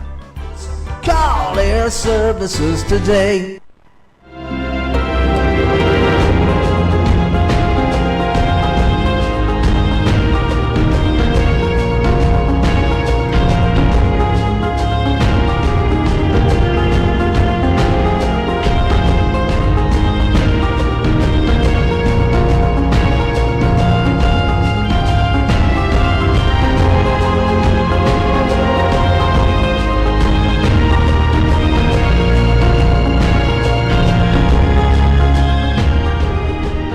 Kevin Walsh, the Mets first baseman, sponsored by Patio, leads us off in the bottom of the third. In the sixth, my director, Siler Bartlemy, just took a big step down. Well, watch that bottom step there, Siler. You all right? In the sixth, he's made a clean landing, and he's back on the boards, folks. We're not doing any funny business up there. The press box is sometimes a contact sport. Nothing in one. That's inside to Walsh. So we got a 1-1 count. Yes, indeed. Fielder's pretty well straight away for Kevin Walsh, who swung and missed at a breaking ball there. Kevin back in the GRBL after a 5-year layoff. 4 for 13 with a walk and a couple of RBIs, so hitting pretty well. And digs down to flip that one to the shortstop, Welsh, and yeah, he tried to make the throw from the air off the back foot and just was not anywhere remotely in the vicinity of the 6'4" first baseman Sam Hornberger. Kind of sailed that one. And it's tough, you know, when you get a play like that, and a lot of shortstops want to keep on running, and it's tough to get your rear foot planted to be able to drive that ball to first base. And a lot of times when your footwork just isn't able to get there because your body momentum can be going and all that, it's tough to make that throw. So sometimes it's just best to eat it, because if you don't, and that you make a bad throw and it goes into the dugout, now that guy's going to be on second instead of first. Ravani Rosalia dipped out of the way of strike one inside. He's sponsored by Millsap Farms, the native of Curacao. Sounded like he brought a pretty good cheering section. I heard a pretty nice ovation for Ravani, who again got out of the way. That one was clearly inside, and he flipped the hips back out of the way. That's a bright bat. That's yes, for sure. It is. Sheesh. Looks like something you get at a popsicle truck or something. Ravani's hoping it's got some hits. Ball gets away from the catcher, Alex Bird. That will allow Kevin Walsh to motor up and take second base. So into scoring position he goes for the Mets. They trail by 3. We're in the bottom of the third. That right there, that pass ball, stolen base like that, that's where Muss did the right thing. Just kind of took his hat off, wiped his forehead, took a breath. Don't let that affect your approach to the plate. Any motions to send Kevin Walsh diving back. So Musser letting Kevin Walsh know he is accounted for. But you can't overthink it too much. They're giving Rosalia a lot on the right side to work with. Pitch came in high. It's now 3-1. So the rookie Ravani Rosalia has a master's degree in ministerial leadership from the Moody Bible Institute. Looked at a call, Steve Reich there. He's taking a long look back. Now, Ravani, careful, careful, sir. I don't think Lozano's going to run you, but when it's 91, everybody's sense of humor is a little thinner. Musser goes inside. It's a dropped third strike. Bird, and great job by Alex Bird. First he looked down the runner, then flipped the hips, ran out into the field, threw down the baseline, and got the out. Isn't it beautiful to watch fundamental baseball? That's just a beautiful thing. It really, really is. And now Muss, you know, he's got his out now, so they can get in the rhythm of, you know, even though he's got a guy in scoring position, you're still up 3-0. Just execute your pitches, keep the ball down. just stay within yourself, which I think he's done a good job so far this game of doing. Here's rookie Dustin Thomason, Metropolitan's second baseman out of Willard High School. In the 10 spot today. Thomason 1 for 6 in his GRBL career. Looked at a called strike. That was a long sweeper there. This is where for the Mets they need to be looking at. They've seen him for a couple innings now. A lot of breaking balls away. They need to be hitting the ball after the break and punching the ball the other way like that. Now, yep, that is in the air into center field. One hop in front of Brand, who guns it into the middle of the field. Yeah, and Hornberger was over. Musser was covering, so Mavericks did everything right, and Kevin Walsh had no chance to come around. But nice piece of hitting there by Thomason, it has to be said. 100%. And now, if I'm the Mets, okay, even though I've got a guy on third and there's one out, you got Brashler up. Okay, he's your leadoff. Now's the time that it kind of has to be a consensus among the team. We need to be looking to hit and drive the other way. And in that sense, when you have a second baseman who's continually peppering the guy at second base, more of the right field side is open. So go that way, put on a hit and run, bunt the ball, something. Just get the ball short, quick the other way. Daniel England was hot out of the dugout on that Burrell Behavioral Health mound visit, and he called in the infield. Mavericks, that was consensus and instruction, and I think also just a vote of reassurance for A.J. Musser. First and third, one out. Leadoff hitter Jared Brashler is the batter. Brash is 0 for 1 today. Flew out to center field his first time up. So Daniel England's been in the league just as long as Jared Brashler has, knows about his tendencies. Musser tried to go inside. It was high and tight, ball one. I'd be looking to keep the ball low, throw a ground ball, get a double play, and get out of the inning. That was on the inner half, and Brashler fouled it off, so they've gone in. Well, they're more than likely, I wouldn't, when England came out, I wouldn't doubt if he went over there and said, look, I would not expect Thomason to steal. Yeah. So we need to buckle down, keep the ball down, you're fine, get the double play, and just get out of the inning. But there's no need for you to be upset. That's just a good hit. It's going to happen. You're still in control. All right, the ball is still in your hands. I still have confidence in you. You guys just go out here, back him up. You continue to execute, and we'll get out of the inning. That was a sweeper for strike 2. And now Brashler asked for time. That's not sure if Brashler was just out of sorts, but that's going to make A.J. Musser have to think about making this next pitch. They're setting Brashler up like they're going to go sweeper again. Yes, they do, and he swings and fouls that one off. So that one was on the inner half. We'll do the 1-2 again. And really, Musser can throw just about anything here. He really can, and for me as a pitcher, I'm looking at their feet, where they're at in the box. Where he's sitting out in the box, I'm throwing something low and away. Yeah, he was middle and back. Brashler grounds this one to the shortstop. Welsh steps on the bag for one, fires to Hornberger in time. A 6-3 double play. That's why they call Clay Odell Dr. Baseball. Just like... No, they don't call you Dr. Baseball? No, they got a lot of names for me, and they're not really nice ones. So, oh, my bad. Well, anyway, a 6-3 double play, just like you would want if you're a Mavericks fan. 3-0 is the score. Mavericks lead the Mets. We're back with inning number 4, and hopefully some more laughs on the other side. Did you know that Conoco gas has 3 times more detergent additive than the minimum required by the EPA? And 30% more than the top-tier detergent gasoline standard, recommended by major car manufacturers. Other alternatives contain unwanted deposits that can build up on fuel injectors and intake valves, robbing your engine of performance. More quality in every drop. Only at your local Rapid Roberts.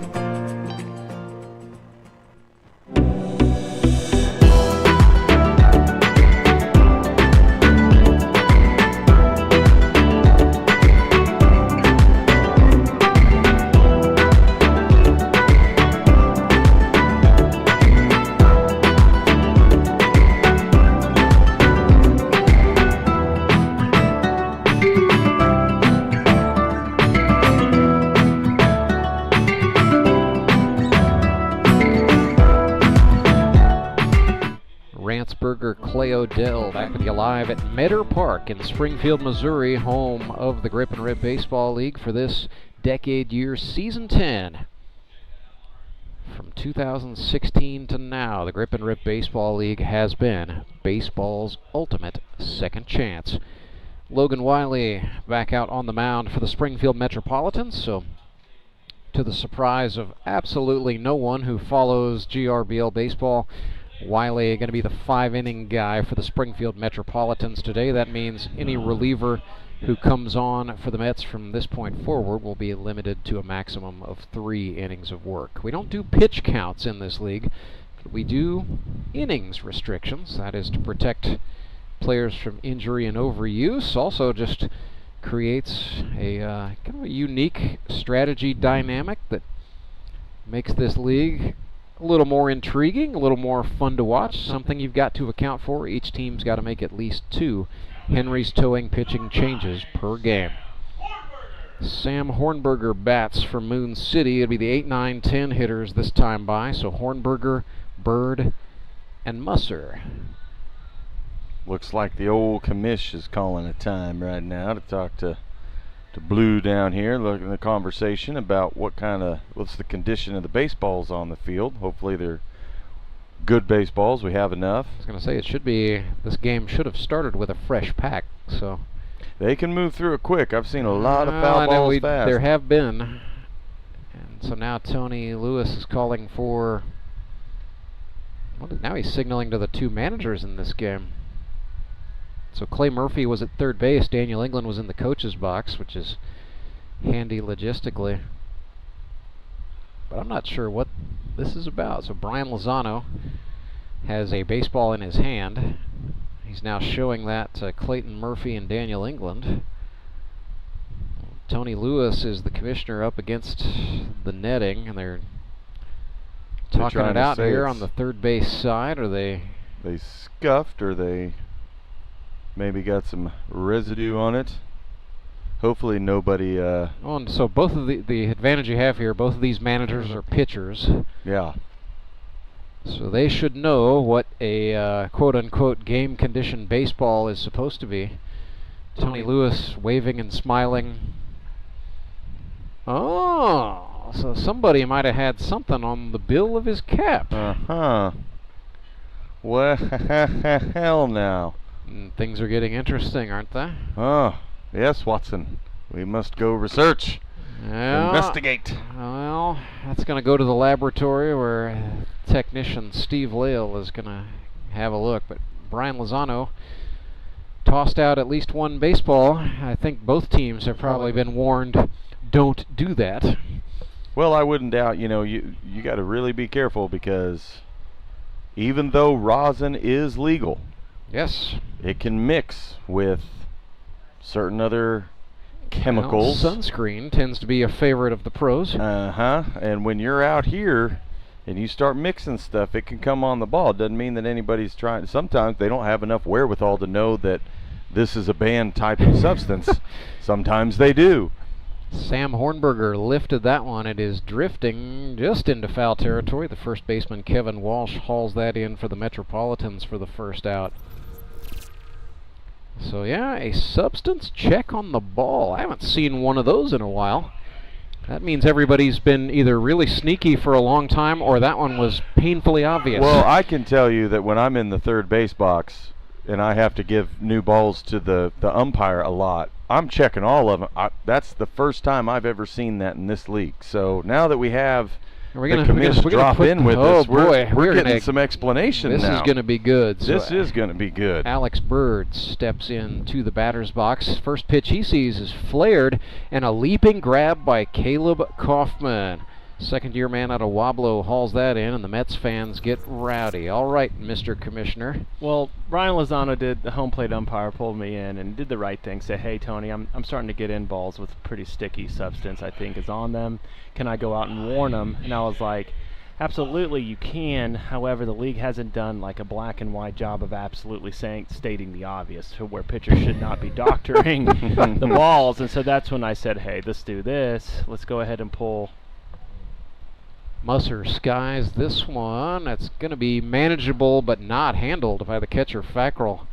Just, I guess ball had enough drift on it coming down, and then, yeah, that's just, yeah. So, yeah, the obvious is, I say, hey, guys, to both head coach Daniel and then Clay Murphy, let's just go ahead and remind your pitchers that there should not be any substance to doctor the baseball. So Lozano was doing the right thing by saying, hey, can we go ahead and actually check the pitchers as they walk off the mound? And I was like, well, you can, but we're not. The league hasn't, like I said, stated the obvious to both sides to where I was afraid of ejection to occur.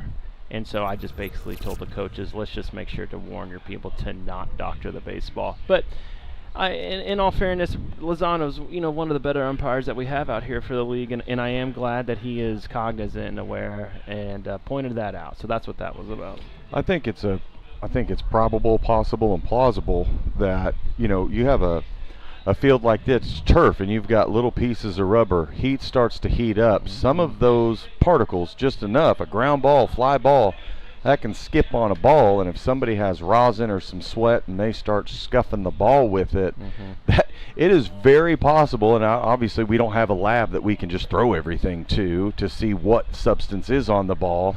I wouldn't even doubt if some of that grip is coming from the heat and the rubber. All the balls are gray by this juncture of the game. We're in the middle of the fourth, as those 3 up, 3 down for Logan Wiley and the Mets, by the way.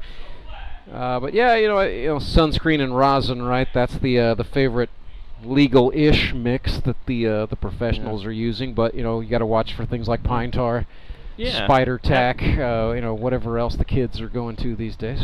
No, for sure. And like with Clay, it could be a number of things. It could be a kid who had his fingers on a pizza I just handed him for the Domino's pizza slice, the inning type of thing. No, but it's just good to be aware, though. 100%. So I think double warning for both sides is a fair decision, and fair play to Brian Lozano and everybody else involved. How about this move by the Mavericks? A.J. Musser going out. He pitched 3 innings a week ago. They are using the 3+ designation on Muss. So this is the deepest A.J. Musser has ever gone into an outing in his GRBL career. A little bit of a gamble for Daniel England's club. Yeah, I do think that's a bit of a gamble, but I equally have belief that Muss can handle it. Now, this is just to be sure that this is his 4th inning. Just to clarify, he is facing the 2, 3, and 4 hole. Yep. So this isn't like facing the 5, 6, 7 or the 7, 8, and 9. Wheeling around more than likely and getting the top of the lineup again in your 5th inning. So there is risk to it, but the way he's been pitching thus far and the way the Mets have and have not been hitting, I think it's worth a stab mid-season. 100% agree. Especially without Tyler Abma available today. That's certainly a factor in this decision. So they here we go. absolutely needed Musser to throw goose eggs today with Abma's absence. So it's definitely worth the dice roll. And I'm happy for Musser. Absolutely. I mean, this is what guys like this is what they pay the AJ money to be in this are league here to do is to get opportunity. Murphy flares one that's going to go foul. All right, guys. Third base side. Thank you very much, Commissioner Tony Lewis, stepping in for a first-hand account of just what exactly was going on down there. So. It's not often we get to have special guests up here. Scuffing and substances, man. That's like our second go-round for having the commish up here. We got to have Drury's head coach up in the booth with us 1 week. We're stepping it up in this booth, man. Well, hats off to the front office there. Most commissioners might just pawn that off and give us a one-sentence explanation post-game. But how about Tony grabbing the bull by the horns and letting the people know what's going on? The 1-2 to Murphy is outside, counts back even. And yeah, this 4th inning is going to be critical for a lot of reasons for the Mavs. But often we have seen times where a team takes a gamble on a pitcher and the 4th inning ends up turning into the big one for the other team. Breaking ball outside, counts full. Little frustration on the face of A.J. Musser. Well, and there's got to be, and I'm not saying it's a whole lot, but just a little bit of thought running through Muss's mind. Yeah, this is my shot. Here's a 2-hopper to the shortstop, Brady Welsh. scoped that one and flipped it to Hornberger perfectly for the out. Yeah, like pretty much what you said. This is my shot. You know, hey, I'm trying to prove that I can not only go 3 innings, I can be your 4 or 5 inning starter kind of guy. And it's also that a little bit of thought process of you don't want to let your coach down at this point. Like, hey, you're entrusting me to come out here in 4 and 5. I want to make sure I shut these guys down. So this is just a wonderful opportunity for Muss, and I really do hope he makes the most of it. Harrison Waters, sponsored by Waters Cinema. This is in the air, right field. Back it goes off the wall, and that's going to take a tough bounce. We're looking at a triple, maybe more. Up with it is Brand. That's the right guy to find it as he makes a great throw to third. That stops Waters, but he got a hold of that. It's a triple to right. And the Metropolitans have something cooking again with 1 out. That right there, still, Muss should be fine. You're talking about Waters. Your ball's breaking from, left side of the field to inside, to the right, to the left-handed hitter. You put it there, he's going to turn on it. Now, that play, however, when you're drifting back and going back on a ball, and the kids always remember, if you're playing left or right field and that ball's hit directly at you, there's going to be a time it is going to curve a little bit towards the pole. But you have to have your wherewithal, knowing how many steps it would take you to go back to the wall, to not get so close to it and not be able to basically let the ball bounce off the wall and come to you, and not have your back to the infield type of, I'm still going after the ball, and now it's hit and kicked to center field, which it's a good thing. Again, Thomas Brand busting his butt to get over there to back him up. That's 2 times this game he's had to come up backing his corners out and making a great throw to third base. So kudos to Thomas Brand, but as a right fielder, you have the farthest throw to get to third. So you have to be able to just go, look, I'm not trying to catch it. I'm going to eat it off the wall and just try to make a good throw in. Because if you let the ball hit the wall like that, for every step that you're chasing the ball, that runner is getting a step around the bases. So that's kind of a fundamental thing. It's kind of tough to explain. I wish I could explain it better. You just kind of have to show. Well, man, Musser was up 0-2. And then Kaufman fouled one off. The 4th pitch is right in his back between the 1 and the 5 on Caleb Kaufman's jersey. I was about to say Musser responded really well after giving up the triple. And that's what, as a right fielder, you have to have in your mind is nobody on, nobody out, whatever. Ball's hit to me. Number 1 rule, nothing gets by. Number 2, if it does get by, in my head I'm thinking, that guy's getting 3. I cannot allow him to get 3. And so you have to play defense in a defensive manner, very conservative, to make sure you're able to hold it to a double and not a triple. Justin Parker struck out his first time up, batting here 1st and 3rd. Chased an off-speed pitch that was low and away for strike 1.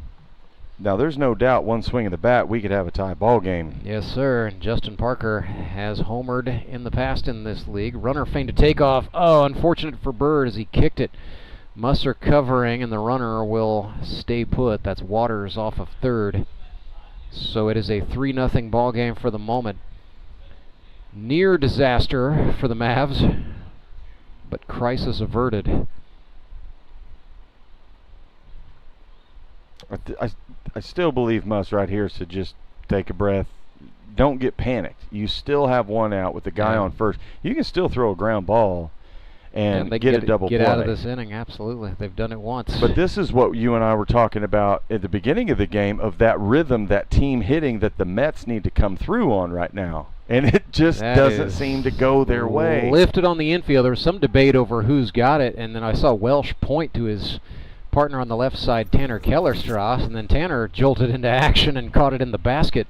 He and Brady are going to chat about that one again, about, I think, how to communicate more clearly next time. I think for a split second there, I think he lost it in the sun and then gathered it again. It looked like he hesitated, and then... Well, we've kind of got, it's not a blue sky day, right? It's kind of a high ceiling, and like we talked about, the balls are gray, not white at this juncture. That can be a little tough. At a certain angle, you're right. You can lose it up there in the I think clouds. Tanner might also just be used to Brady calling for the ball as Cundiff swings at strike one on a sweeper. That's right. But that should give, Muss should feel really good right now. That's a big weight off right there, because now you've got 2 outs. You got runners still on the corners, but opportunities to get your third out at a couple of bases. You just need to concentrate on good exchanges, as Alex Bird threw another block down there to make it 1-1. And when you're sitting on third like Waters is right now, I'm creeping even more off that bag. Yeah. My initial lead, I'm the same distance as the third baseman. My secondary lead, I'm even further, because that's 2 batters in a row that he's fumbled it out there where he might have been able to make it home. But it's always a gamble when you're at third. It just depends on how aggressive do you want to be at third. How much do you want to make the game 3-1 or keep it 3-0 with the opportunity with 2 outs to be basically kicked out of this inning and have to go play defense. So it's little things like that, little thoughts like that, kids, that I want to encourage you. Always keep in your mind, how aggressive do you want to be? How bad do you want to score runs? Do you just want to be in scoring position and hope they hit it somewhere? Or do you want to try to manufacture the run? And like now, why not take 2? Get him in second and third, and then if he does poke one through, there's 2 runs instead of that. Cundiff swings and fouls one off.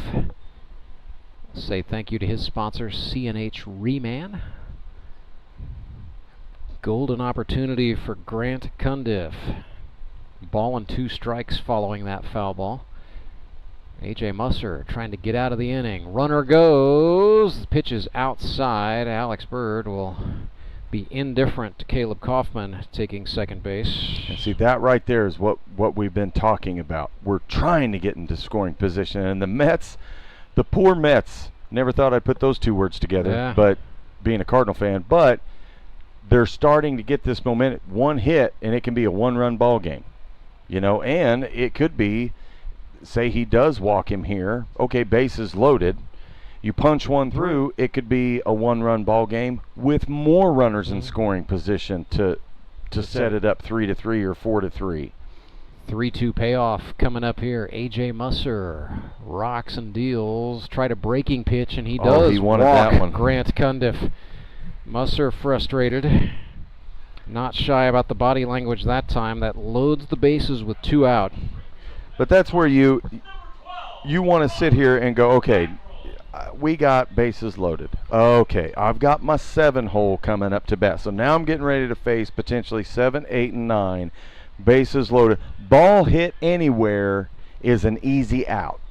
So don't worry about a strikeout. Just execute your pitches, keep it low, throw your ground ball somewhere, and get out of the inning. Batter is Robert Fackrell. Looks at a strike on the inner half from A.J. Musser. Threw him a slider. A.J. from the belt. Fackrell got under that one. It stays on the infield. Tanner Kellerstrass calls for it and hauls it in. And the Mavericks wiggle out of trouble. 3-0 is the score. That is now 4 scoreless innings for A.J. Musser and Moon City. We are back with more Grip and Rip baseball. The Sunday tripleheader rolls on live. Support local, give local. We hear it all the time, and when it comes to blood donation, there's an easy way to make sure your gift is being used in your community. Donors with Community Blood Center of the Ozarks provide every drop of blood, platelets, and convalescent plasma to patients in over 40 area hospitals. How do I know why that's important? Because my youngest daughter, Jocelina, is alive today thanks to local blood donors. Find out how you can help at cbco.org. Local donors, local patients. That's the Community Blood Center of the Ozarks difference.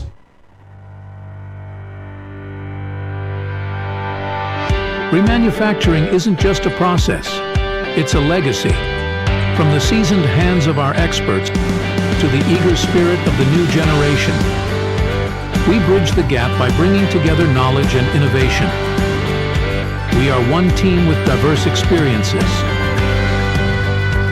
We are moving toward one goal to ensure our future thrives. We are on one mission to pass down wisdom and embrace the new, ensuring the earth flourishes for generations to come. We are CNH Reman.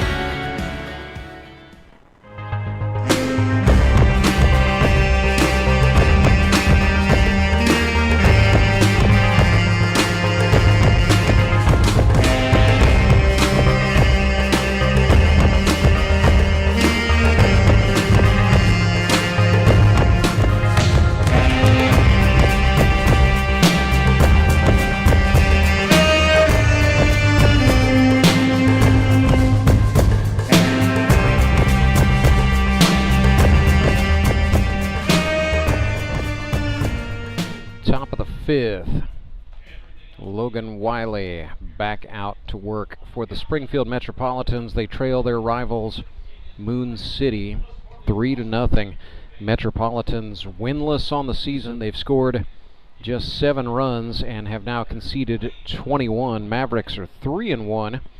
They've scored 15 and allowed 12. So they're looking to improve to 4-1 and maintain at least a 1-game advantage in the GRBL North Division.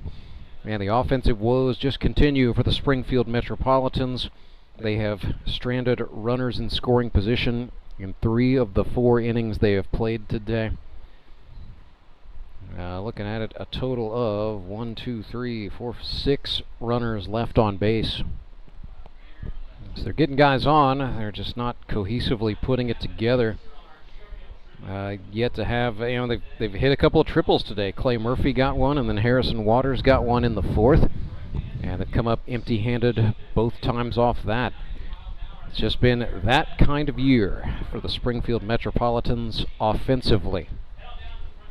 Well, and you really feel bad for Logan and the pitching staff because they're going out there just giving it everything they got, and it's tough when you're pitching and you're pitching well. Yeah.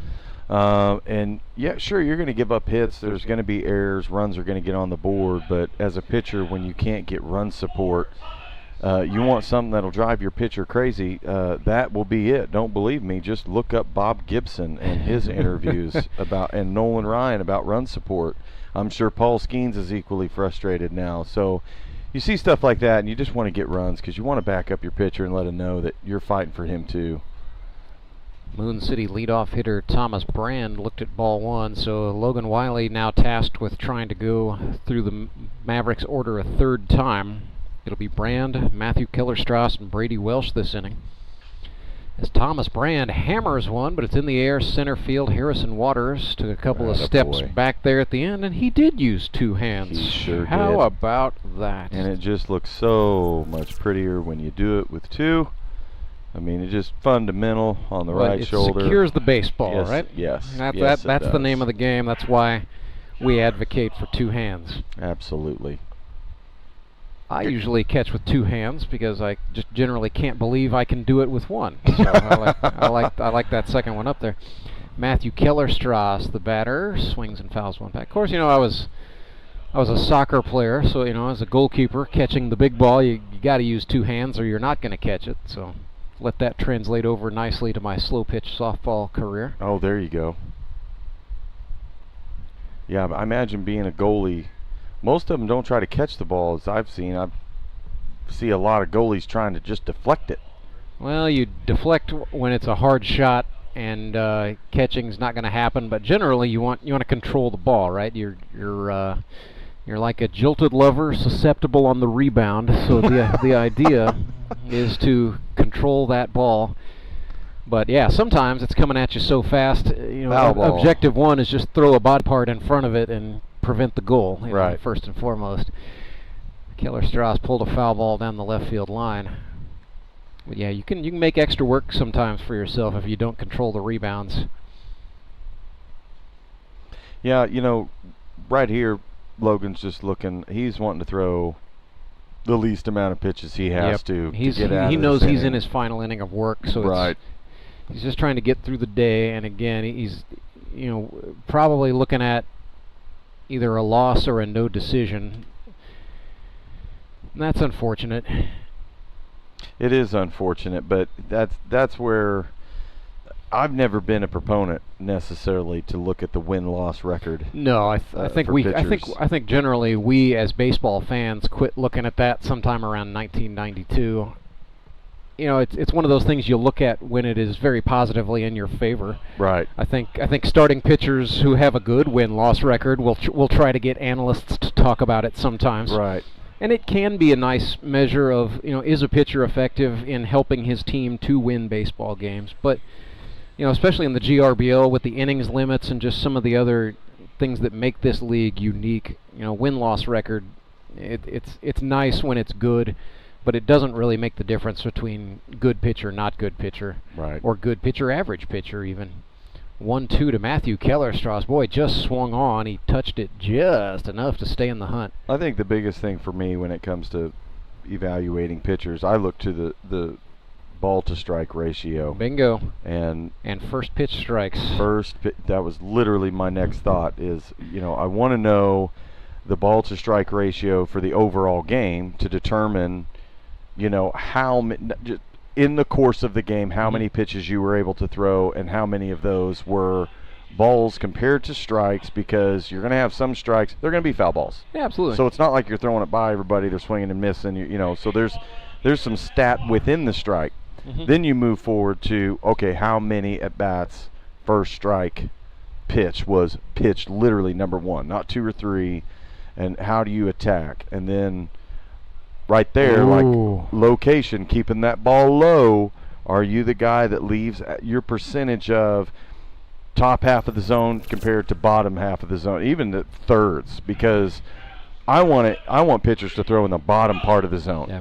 You leave the ball in the middle, you're going to hurt yourself. It's going to get hit a long way the other way. And you leave the ball high, if it's not perfectly located, you're going to leave up a lot of doubles out there.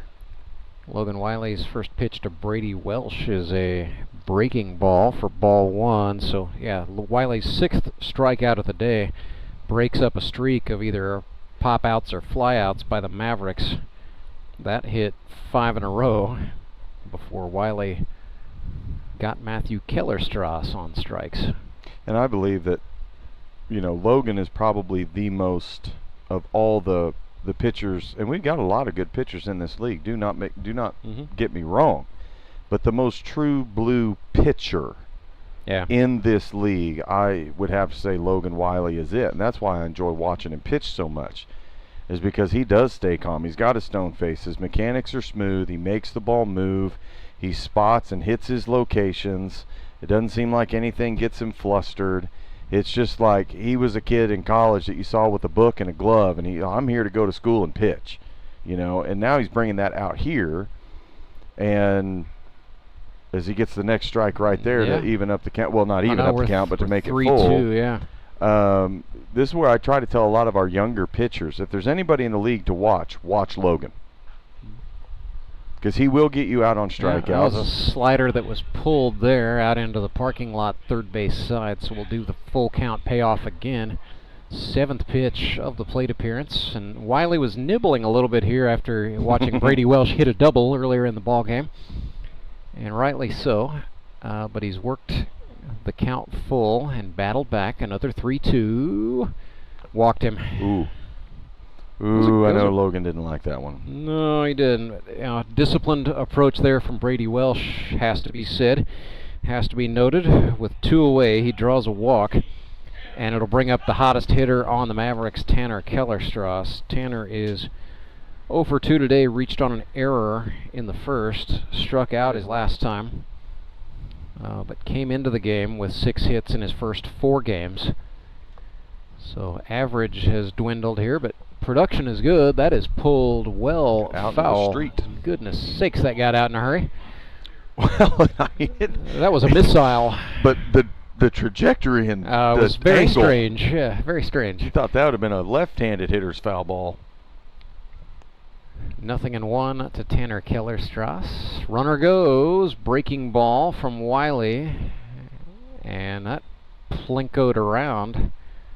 I'm not sure if that hit Welsh or Thomason or the bag, but nonetheless, Welsh is safe.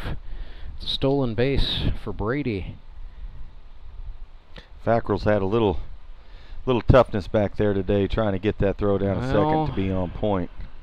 I kind of suspected the Mavericks were going to try to test him. But, you know, Moon City came out aggressive. That has been fun to watch today. Well, and they've got the speed. If there's a team out here that I've noticed to really pay attention to and their speed, Moon City has it. And those teams with speed are the teams to watch. They are fun. 0-2 breaking ball. Keller Strauss pulled it. Foul. I mean, he sat back, so he wasn't way out in front of it, but still aggressive on the trigger. Pulled it just beyond the reach of a diving Clay Murphy over there at third. Taking a minute for him to get up. Clay's slow to get up. He ain't that old. I think some of that is taking time to adequately talk trash to Daniel England, who undoubtedly had something to say to Clay Murphy. You know, these guys go back. You know, Clay played for Daniel in 2021 on one of the best teams in GRBL history, the 21 Mavericks, and they have since been adversaries.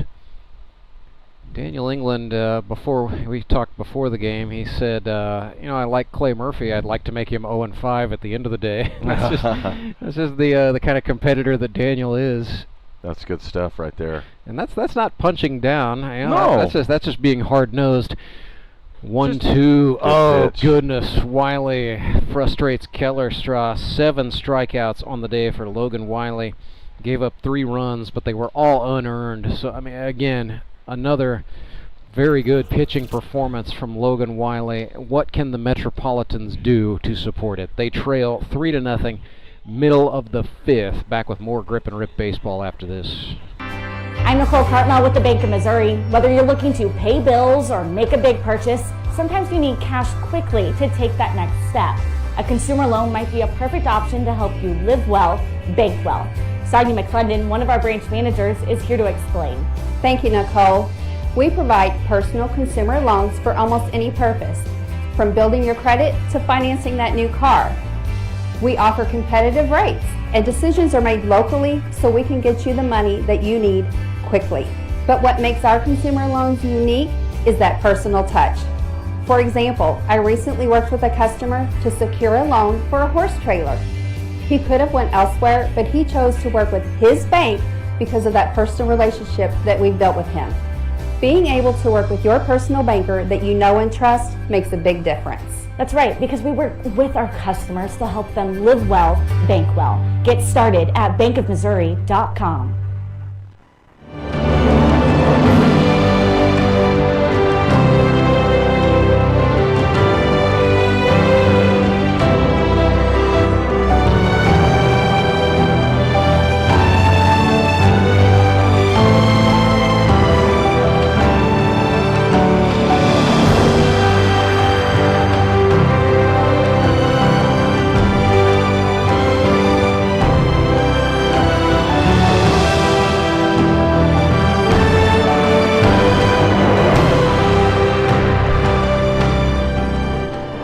Towing pitching change for the Moon City Mavericks. They bring on relief pitcher Kyle Carpenter in the 5th. So A.J. Musser's day on the pitcher's mound is done. After 4 shutout innings, he now yields to the lefty, Kyle Carpenter, who will be able to pitch the 5th, 6th, and 7th for the club if all goes well. Kyle Carpenter, sponsored by Key Cornerstone Real Estate.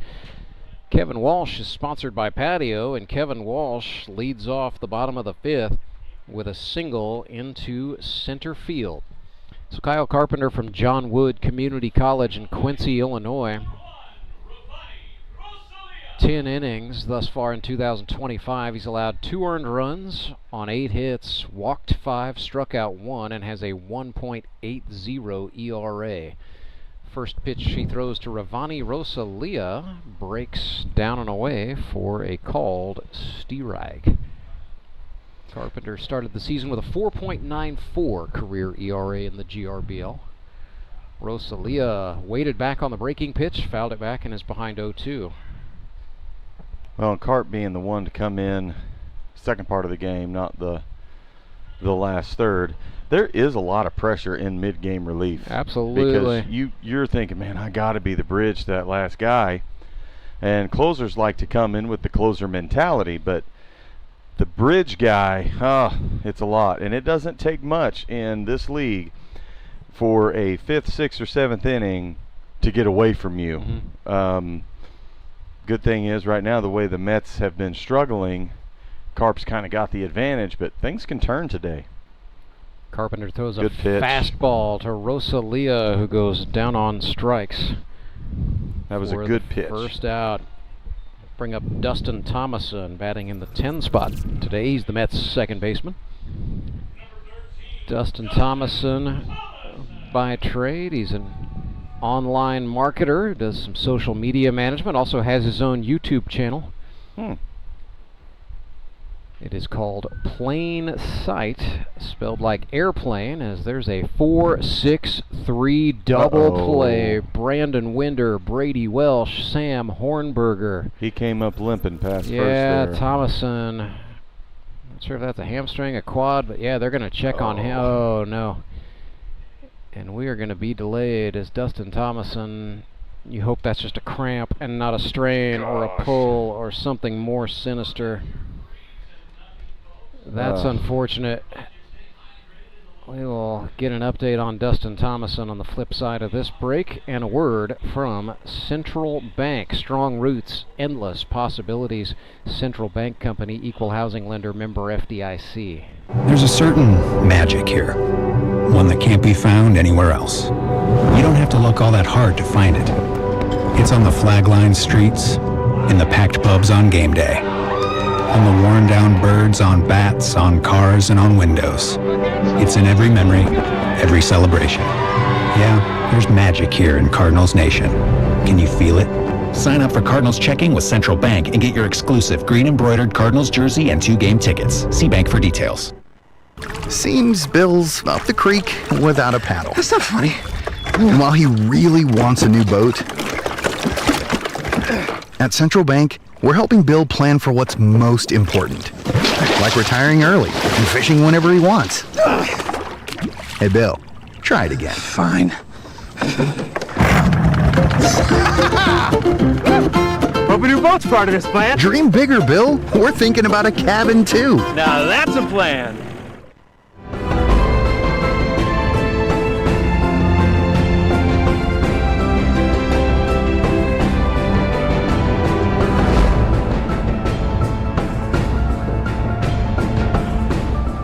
Henry's towing pitching change for the Springfield Metropolitans. Logan Wiley went the maximum allotted 5 innings, and now they must go to the pen. It is Harrison Waters, left-hander out of Drury University, sponsored by Waters Cinema. Harrison Waters, 3 innings pitched this season, 4 earned runs on 3 hits, 5 walks, and 2 strikeouts, so a 12.0 ERA. Waters, as a college pitcher, threw 222 2/3 innings for the Drury Panthers over a 4-year span, struck out 130 batters and picked up 17 wins. And at the Division II level, you play a lot of weekend double headers, so 2 games on Saturday, 2 games on Sunday. Starting pitchers are really where the horses run, so Harrison Waters pitched a lot of innings at the college level, and that is a level of play and a setup in which wins and losses do matter for starting pitchers a lot more than they do in affiliated pro ball or here in the GRBL. So it's a little bit more of a telling stat at Division II. 100%. I mean, the more innings you throw means the more confidence your manager has in you. I think that's a great stat to look at, is innings thrown.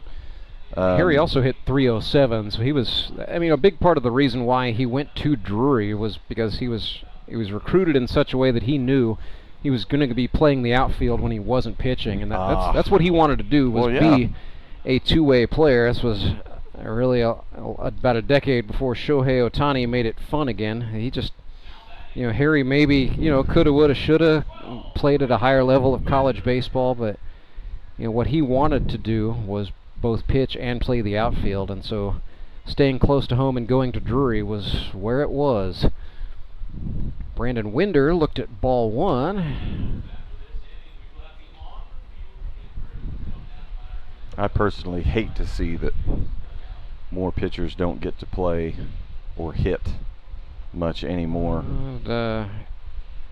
Crash Davis said there should be a rule outlawing AstroTurf in the designated hitter. Well, AstroTurf, to be fair, has come a long way since that diss occurred. Since '85? I think he had a point back then, certainly. But credit AstroTurf for evolving. Oh, yeah. That's like what I call hospital carpet or church gosh, carpet on concrete. It was unforgiving then, wasn't it? 2-1. Made you wonder, how did guys play with metal spikes on that stuff, you know? Well, injuries piled up in a hurry. But that was back in the day. You saw the turf like that. That's when you could see guys fly. Bo Jackson, Dion, Willie, Ozzie, Ricky. I mean, flat out booked down the line. There's a slow grounder right side. Dustin Thomason, who came up limping at the conclusion of the top half of that inning, the bottom of the last inning rather, got over there and made the out. So Winder is retired on the 4-3. Man, I was going back in time there, man. I started thinking about like Vince Coleman and Frank White. And it definitely favored the guys who could run, but changing direction was another matter, and that led to a lot of knee and ankle problems. Yep. Here's Tyler Jones, sponsored by Round Table Solutions. Stands in the left-handed batter's box against the lefty Harrison Waters. TJ will tell you he doesn't care much for going up against lefties. Yeah, but he can hit the ball the other way if he stays on top of it. Ooh, he pulls that one sharply off the face of his own dugout on the first base side. And that swing right there is the typical left-hander swing, pulling in and out and through, and that backside caves in. You know, that knee and that shoulder and elbow tend to turn at the exact same time. The barrel drops. You know, he could hit the ball the other way if he leveled it out, but he's got, I mean, when I say the typical left-hander swing, I'm not saying that's a bad thing. I mean, it's a beautiful thing. It's a beautiful swing. But if he leveled it off and just got on top of it and really threw the hands at it, he could slap the ball the other way like Tony Gwynn all day long. The 1-2 to Tyler Jones is a bouncer outside. So Waters has gotten a couple of strikes off of Tyler Jones going down and away. And he tried for it that time, but Jones did not chase a bouncer. Waters going to need to get the waist pitch a little closer than that. Yeah, went to the well on it again, and it's down and away. Now the count is back even. I'd have had a tough time laying off that pitch. With these, check that 3-2. With these 41-year-old eyes, I probably swung that one. Payoff is down again, down and away, down and away, down and away. And there he does walk. Yeah. That's a little fast walk. It's not a jog yet, but he's getting to first base. Well, there's only one out, so he knows he might have to gas up and try to take another base here with Ray Bailey coming up to the dish. This would be a good inning for the Mavs, this inning, next inning, to get just a few extra runs insurance. Yeah. You know, I'd like to see him take off. And Bailey belts one. He was not patient at all, but boy, I think he knew strike one was going to be the best pitch to hit. He hammered it out into center field. That's two he's had right up the middle. Yeah, Ray Bailey is now 2 for 3 on the day, both singles into center field. Look out, world. Ray Bailey is arriving. He's arriving. Oh, that's right. It wasn't up the middle. He was the one. He hit it to left field. Oh, that's right. Yeah. That's right. Yeah, sorry. I mean, hey, to go opposite field and dead up the middle, that proves to me you're seeing the ball. Sam Hornberger 0 for 2. Whoo-wee. Swung on. That was a swing more fit for Horton Smith Golf Course. Had him on that front foot, didn't he? 0-1 for Sam. Yeah, Waters not going to blow gas by you. He's probably going to throw it a little slower just to get it over the plate, but the ball moves, but it's so hard to just sit back and wait. That's where I tell the guy, then move up in the box and hit the ball before it breaks. And you're going to hit it higher than being in the back of the box when it's already broke and now it's lower. Get on top of the ball, drive a line drive. I'd like to see Sam Bam right here. Yeah. Sammy Bammy. Got the weight back on the right foot, was waiting back on the breaking pitch, got under it and fouled it straight back. So that tells you timing was all right. Yep. Bat path was not quite all right. Not quite there.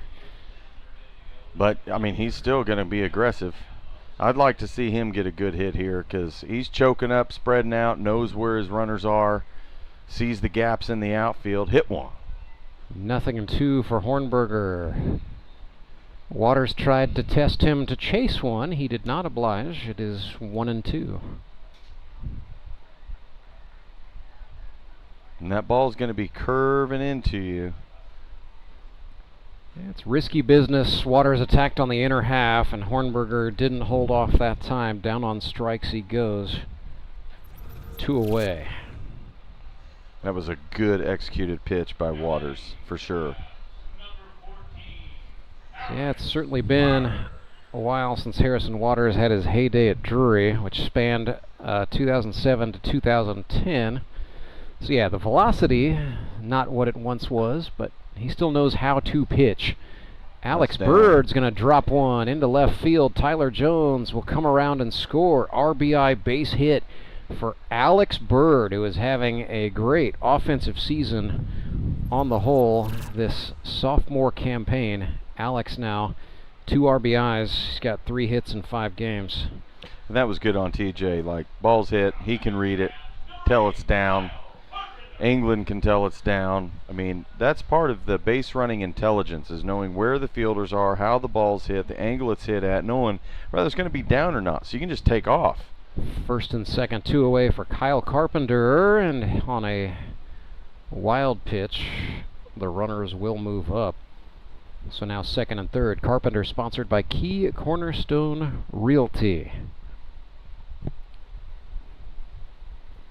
Carp 1 for 3 with a walk and a strikeout, so a 500 OBP, limited sample size here in 2025. Chops one, first base side, Walsh with it, steps on the bag himself, and the inning is over, but not before the Moon City Mavericks put up an insurance run. An RBI single off the bat of Alex Bird scores Tyler Jones. It is now 4-0. Moon City up on top of the Springfield Metropolitans. We'll bring you the bottom of the 6th after a quick timeout. Now I have all my HVAC has been upgraded. Everything's working smoothly. You know, again, that's why I use All Clear. I'm Bruce Porter. I own a company here in town called the Resource Center. We do insurance and financial stuff. So I'm not a plumber. We're busy. We have a really good staff. Just like Garen and his team, you know, we try to make a difference in the world.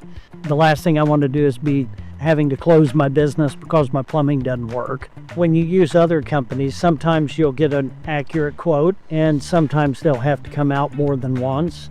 And then it seems like you're always paying for this, that, or the other. So when you have somebody you can trust that's going to take care of your units or fix your plumbing when it's down, that's why I use them, because I can call them and they'll fix it. And I never have to worry about pricing. I never have to worry about what if I need them to come back. They've always been willing to come right back out and make sure it's right. We called All Clear, and I'm glad we did.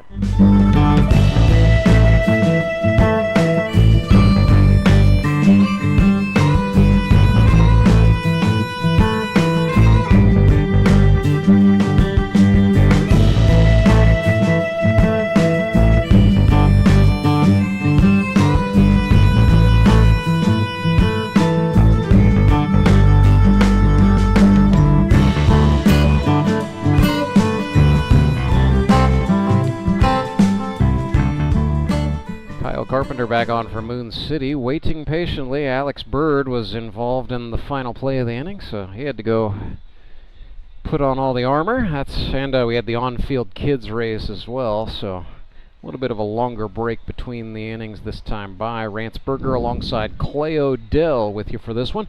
Coming up at 3 o'clock, the Ozark Mountain Ducks take on the Nixa Suckers. Both teams 2-2.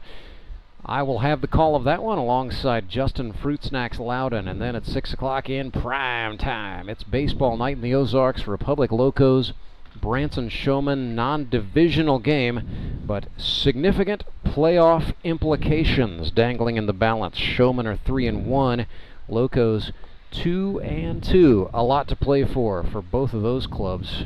And Trey Turner will have the ball for the Branson Showman, and he is appointment television in and of himself, going up against the Marionville Comet Skylar Hinson for the Republic Locos, the league's all-time leader in innings and in strikeouts. So that is going to be a pretty good tussle between one of the fastest rising stars in the GRBL against one of the league's all-time most reliable hands.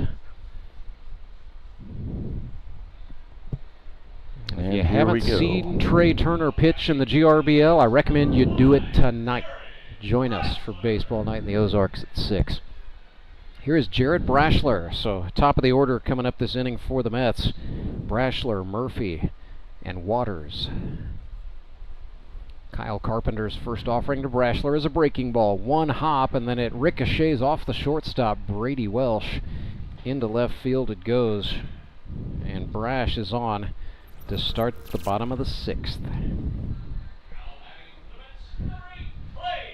I mean, that was every once in a while the baseball gods give you a blessing, and Brashear got one right there. Goodness knows the Metropolitans have run into enough bad bounces, haven't they? Yeah, some grace and mercy might be shown right now. We'll see how the rest of the inning goes. It's about time somebody got on. Here's Clay Murphy. He looks at a fastball in the inner half, and that's a vintage Kyle Carpenter pitch right there. Right, and it doesn't matter how it happens. Just get a guy on. Yep. That's get your momentum going. Right. When you're down 4, you can't be picky. You can't be artistic. Right. You just need guys on. You need to extend innings. You have to do what it takes. You got to quit stranding runners. And this might be an inning. I mean, Brashear was literally the leadoff hitter there. Yep. Lead off bat and lead off. Oh. Murphy got under that one. It is slicing. It's going to be tricky, and then that actually came back onto the playing surface, but Hornberger adjusted well and made the grab. If you kids haven't ever had practice at it or don't know if you're playing first or anywhere down the line, right-handed hitters, you're going to get pop-ups down that line, and it's put the way the spin from the pitcher is hitting that bat, the backspin that it puts on.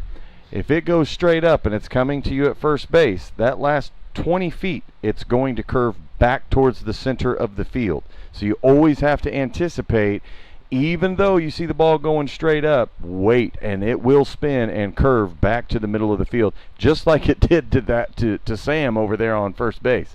And a little shout out to Sam, good catch, but I better see 2 hands next time. Harrison Waters looked at strike 1. Lefty against lefty, the matchup. Carpenter comes down the hill. Nothing fancy there. He just blew a slider right on by. He's swinging from the heels on that one. Yeah. He got the taste of blood early when he hit one out into right field. Yes, he did. Now he's thinking about trying to tie the ball game. Problem is you got 1 on and you're down by 4. Waters reaches out and pokes this one. Yeah, that was a great adjustment. Kellerstrass's throw does not stay in Hornberger's glove, and so the Mavericks catching a couple of rough hops this inning, but the Metropolitans maybe enjoying the rays of light from Lady Luck. And kids, that was a great at-bat. He was taking good hacks, but once he got 2 strikes, he made his adjustment. And instead of trying to hit the ball hard somewhere, he just put the barrel out there, barreled it up, put the ball in play down the third base line. Third baseman still has to make that play. But either way, if he would have been out, you'd still have a runner in scoring position. So good hitting on Waters. There's Caleb Kaufman, sponsored by Worley Equipment. Swings and misses at the first offering from Kyle Carpenter. Kaufman's been hit by a pitch and flown out to center field today, so he's now 5 for 16 on the season. Hammers one. This is in the air to left field. Back goes Matthew Kellerstrass. He hauls it in. Good Runner throw. tags, but yeah, Matthew hits his brother Tanner at third base on 1 hop. So that's good stuff from the former Evangel University track and field athlete. Hauling that one in, and that play right there makes the rest of the scenario on the base paths here a lot more manageable for the Mavericks. Absolutely.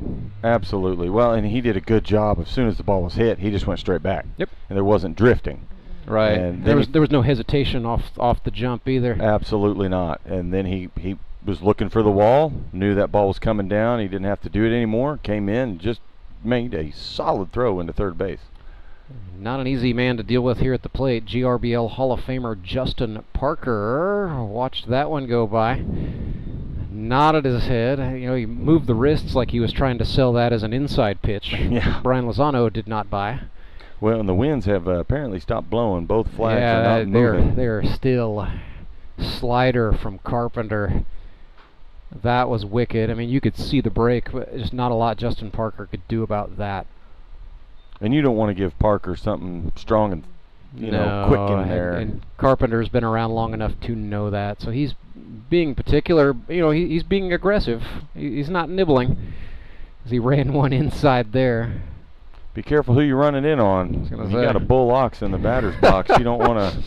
You don't want a full steam ahead coming your way. I think I'd definitely bet on JP in the wrestling match on that one. Yeah.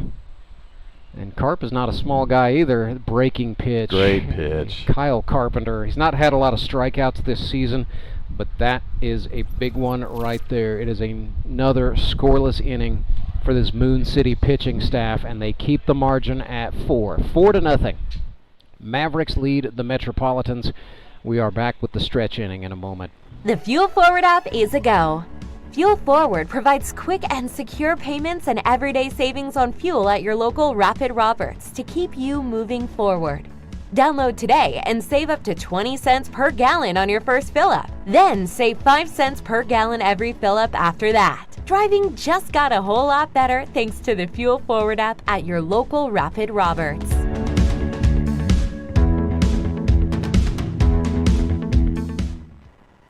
Acme Towing Company. That's too far away. Let Henry's do it. Nah, we're ready to close.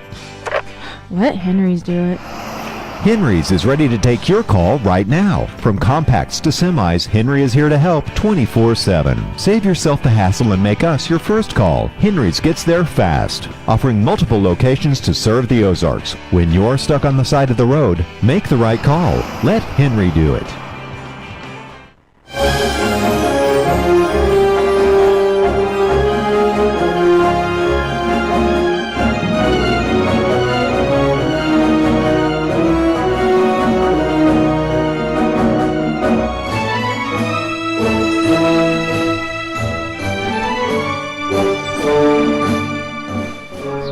Towing pitching change for the Springfield Metropolitans. Clay Murphy, the player manager, has put himself out there. Clay Murphy, just the second player to ever reach 200 strikeouts in his Grip and Rip Baseball League career. Got number 200 a week ago, and then he got 7 more of them for good measure, so he's sitting at 207 for his career total. Here in 2025, 10 innings, 2 earned runs on 10 hits, 14 strikeouts, 1 hit batsman. Last time out against the Republic Locos, he pitched 4 shutout innings, gave up 4 hits, struck out 8, and the aforementioned plunking occurred. 66 pitches for 46 strikes. He's been pretty efficient. A typical Murphy outing is somewhere between it can be anywhere from about 55 to 70 pitches over the course of 4 or 5 innings, and about 70% of those are going to be strikes. If there's one thing he does, it's attack hitters. He's not. He doesn't shy away from anyone in this league. And Thomas Brand, as good a hitter as he is, and as much as Clay's ball tends to move, this is going to be a good matchup.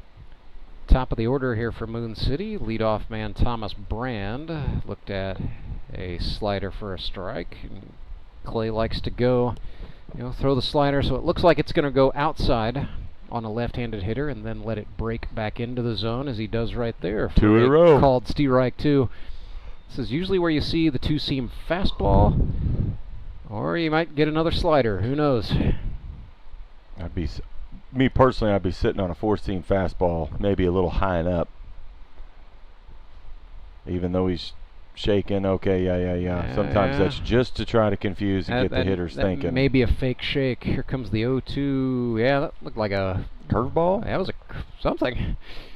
A slurve, maybe. I don't know what they call them all now. Not something I have frequently seen from Clay Murphy. Whatever it was a 74 mile per hour something or other for ball 1. Definitely wasn't a knuckle.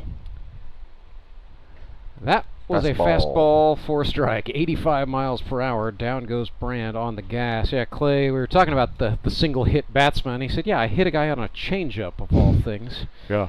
And I said, lesson learned. You shouldn't have thrown the change. You should have just gassed him. He said, yep.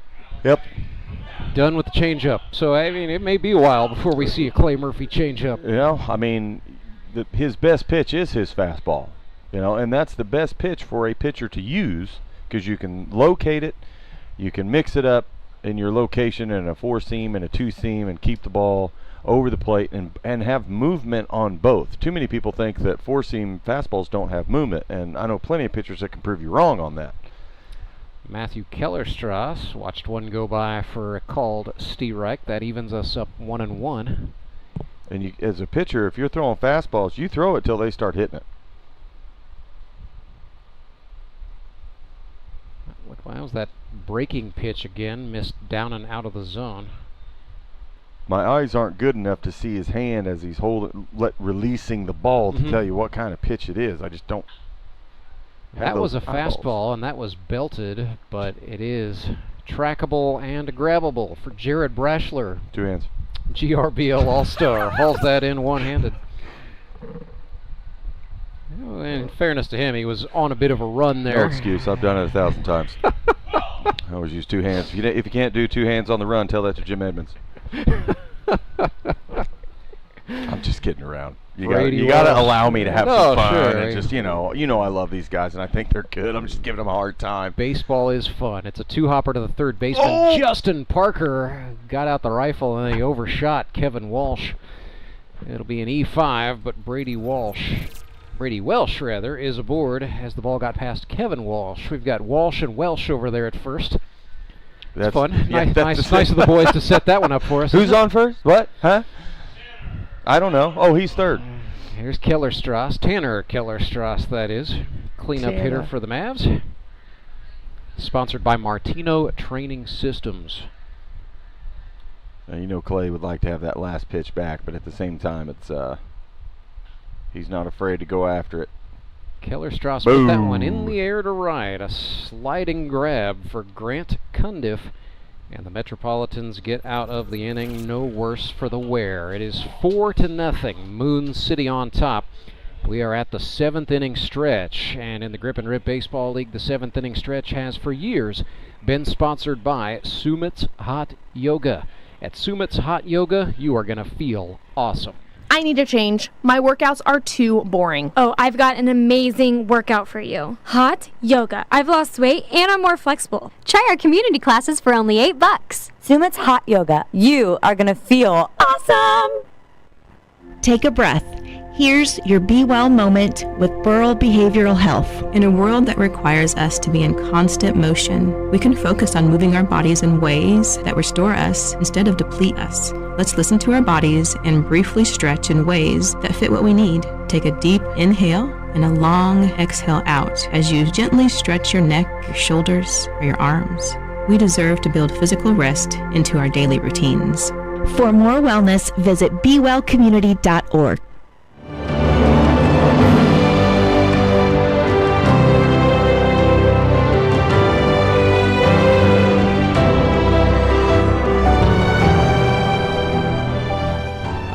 Stretching right along with my coworker Nia Howard from Burl Behavioral Health there during the break, loosening up the neck and shoulders. We appreciate Burl Behavioral Health for coming on board with Team GRBL this season with locations throughout Southwest Missouri. Learn more at burlcenter.com. Help is only a phone call away.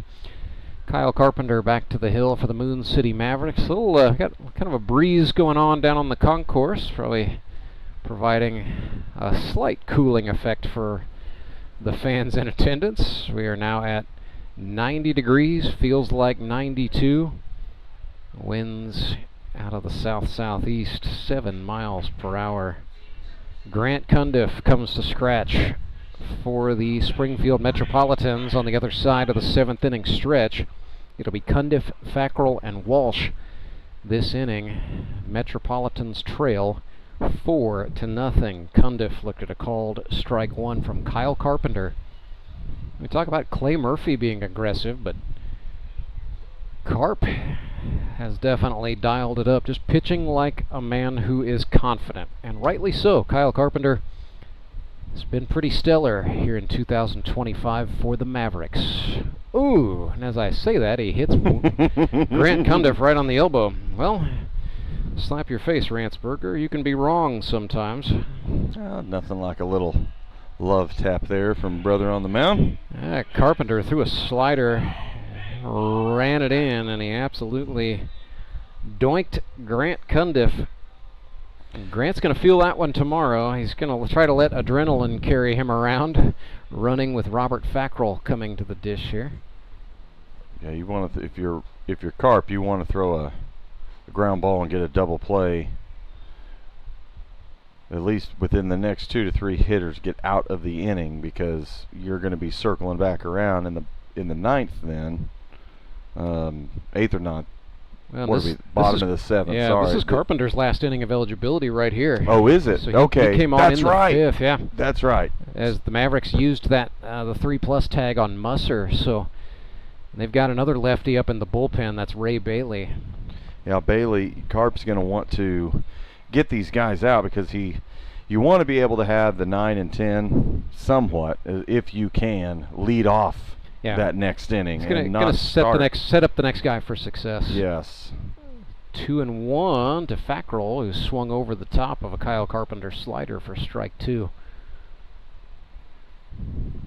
So yeah, Bailey is going to be called upon for the 8th and probably the 9th. After that, the cupboard for the Mavericks would include Brady Welsh, Daniel England himself, and probably a player to be named later after that. Fackrell sort of took an excuse-me cut and fouled that one off to stay in. Didn't quite get that barrel around. No, he did not. Had a little bit more out front, that might have sailed over Hornberger's head into right field. Instead, he's going to do another 2-2. Carpenter, something was off with the step mechanic there. He's paying close attention to the runner, Grant Cundiff, over there at first. Probably a little too much that time. So 3-2, here's the payoff. Breaking pitch over the plate. Fackrell lifts it. That's going to get down into left center field. Metropolitans will hold the runner at second, but it's a well-timed single off the bat of Robert Fackrell. Having a career year swinging the bat. And it comes up in a big situation there for the Mets, who now have nobody out. 2 on. They will courtesy run. This is Ravani Rosalia running for Fackrell. He's the tail runner. Grant Cundiff is the man in scoring position. And Kevin Walsh, sponsored by Patio, is the batter. So Kevin reached on an error and singled, so 1 for 2 on the day. Now 5 for 15 on the season, hitting .333. Got out in front of that, swung and fouled it off.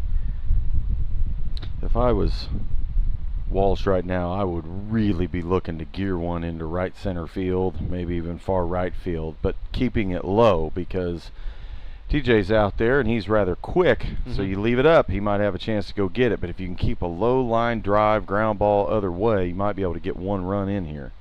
This is grounded right side. A flip from Winder to Welsh for 1. He will hang on to it.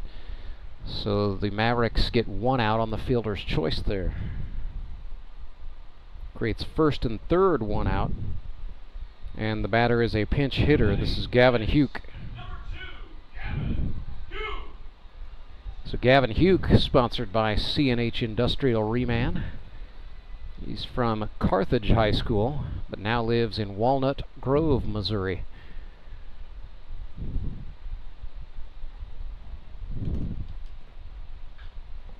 Puts this one in the air, center field, now tailing toward the left field side, but it's the center fielder Thomas Brand making the catch and the throw. It's cut off by Hornberger.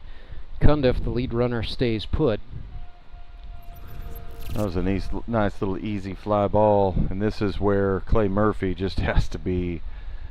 The frustration level for him and the Mets as a whole of how many runners have been left on base this game and what they're leaving on right now. I mean, that is just so. I just feel bad for him. I really do, because it's the most frustrating thing in all the game. They have stranded runners in scoring position in 3 different innings today. 8 in total. Dustin Thomason trying to stop the trend. He's He's up 1-0 here. Boop. Yep. Two-seam fastball for a strike. Now I'm going to be looking for Carp to come out here and really try to throw like a wide slider, a wide curve here, but he's going to try to keep it low. Yeah. Big sweeping motion, and Thomason fouled it off. And that's where Thomason, you can't be looking to pull. No. There, you have to wait for that ball to get out there. You want to step and just drop that barrel and push that ball the other way. Now he's in a 2-strike situation. First and third, 2 out. Carpenter's pitch is a breaking ball, chopped to the shortstop. Welsh flips to Winder at second, and they get the out. That is now 10 runners stranded by the Springfield Metropolitans. In scoring position or just stranded in total? 10 stranded, period. Let's see, that is 1, 2, 3, 4, 5, and 6 in scoring position. Gotcha. Goodness sakes. Yeah. Yep. That could be a totally different ball game. 4-0 is the score. The Moon City Mavericks maintaining the advantage. We are going to the 8th. It's next right after this. When Gary and Sandra Henry started Henry's Towing nearly 5 decades ago, customers knew that Henry would be the guy coming to help. People would call and ask to let Henry do it. And as Springfield has grown, our family has grown as well, so there's always someone around to come help you out. Everyone at Henry's is a member of the family, fully trained and as dependable as the original. With a family this size, help is always right around the corner. So if you find yourself in need of roadside assistance, remember to call the name you've grown to know and trust. Remember to let Henry do it! Do you ever wake up and feel like you're already out of energy? I haven't felt that way since I started doing yoga. You do yoga? Every morning. Best change I've ever made. Try our community classes for only $8. Sumit's Hot Yoga. You are going to feel awesome!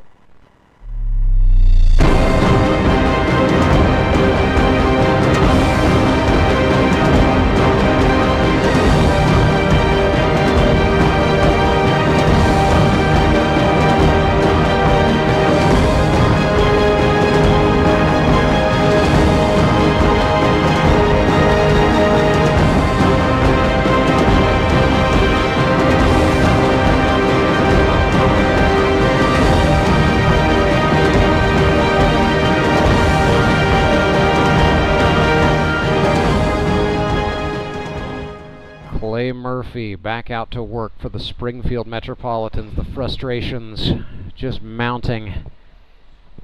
And, you know, stranding runners, leaving men in scoring position, that's not new for this Metropolitans team. It's just been an unfortunate recurring nightmare to the story of 2025. Kyle Carpenter's day on the pitcher's mound is done for Moon City. He throws 3 scoreless innings, scatters 3 hits and hit a batter, but 2 strikeouts rather to his credit. But the important thing for the Mavericks, the zeros that go into the box score. Brandon Winder clubs one off his own foot. Looked like he caught the hard part of the shoe on the heel, so he'll be all right. Just a little frustrated with himself, I think, to be even 1-1 here. But for the Metropolitans, I mean, that is just a mentally taxing situation to be in. Now, this game is certainly not over. Seeing activity. They warmed up Ray Bailey. They now have a right-hander. And that's Thomas Brand up throwing. Ooh, here. So, mustache power. Well, I got a feeling Bailey's got to be the guy. I think Brand is getting warm and not hot. And so Brand might be the SOS if things go south for Ray Bailey. Oh. But, you know, like Daniel England can still come on. Brady Welsh can still come on. Winder pulls this one. Third baseman Justin Parker. Notice how he adjusted and took a little something off the throw that time after committing an error last time out. I've seen enough of those in this league to go sour either way, whether you fire a bullet or try to take something off of it. It's just good to come up no matter what and just make a solid throw. But he sailed one earlier. I think he was wanting to really make sure he got it there in the right spot. But good adjustment. Tyler Jones has walked twice today and reached on an error. So 0 for 1. GRBL veteran Tyler Jones. He was teammates with Clay Murphy on the 2021 Mavs. They were also teammates on the 2020 Mountain Ducks. Here's a chopper. Big hop in front of the second baseman Thomason. Waited back for it, got the throw over to Walsh in time. 2020 Mountain Ducks won the Howard Bell. Daniel England did the very smart thing of drafting several players off of that roster for his 2021 Mavs, and then they won the Bell. So Tyler Jones had an impressive run there. His first 6 years in the Grip and Rip League, he was on a team that made it to the final every time. Nicholas Bacon off the bench hits one into the hole, and he is going to be safe. Give the kid the infield single. You got to do it. You got to do it. Give him the hit, and they do. An infield single for Nick Bacon. He's got a daughter having a birthday today. So happy birthday. A little gift there for Nicholas on a nicely hit ball up the middle, and he's on for Sam Hornberger. Nice. Sam made contact. That's foul first base side.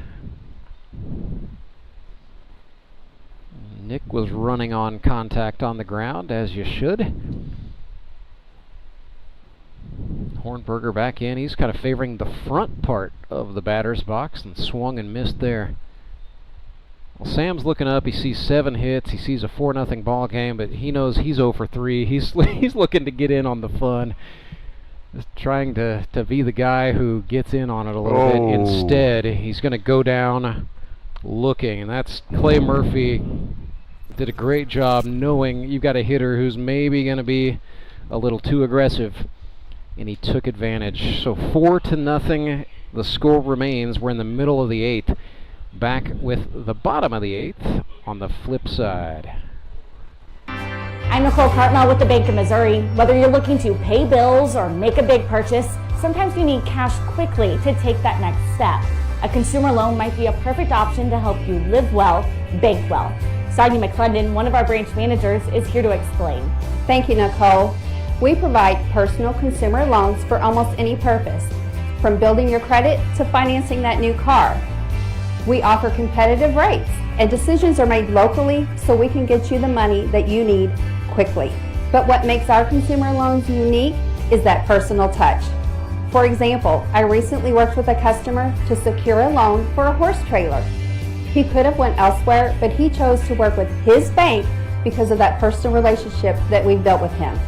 Being able to work with your personal banker that you know and trust makes a big difference. That's right, because we work with our customers to help them live well, bank well. Get started at bankofmissouri.com.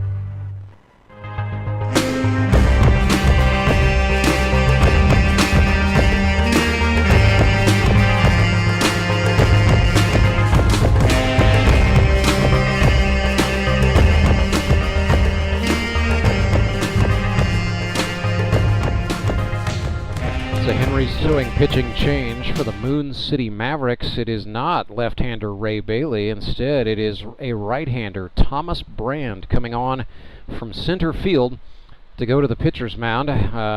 Boy, the history report's going to be short on this one, Clay Odell. There is none. Thomas Brand has never pitched a regular season inning in the Grip and Rip baseball. Really? I think they gave him a look in the Jamboree, but that could just be me trying to will something into existence here. Defensive rotations for the Mavs. Matthew Kellerstrass has moved from left field to center. Nicholas Bacon, who we saw pinch hit, has come on, and he is in left. And they are still running. What's that? No, that looks like Evan Barneau. Wait, don't tell me. That is not Tyler Jones in right. That is Sam Hornberger in right. Kyle Carpenter has gone to first.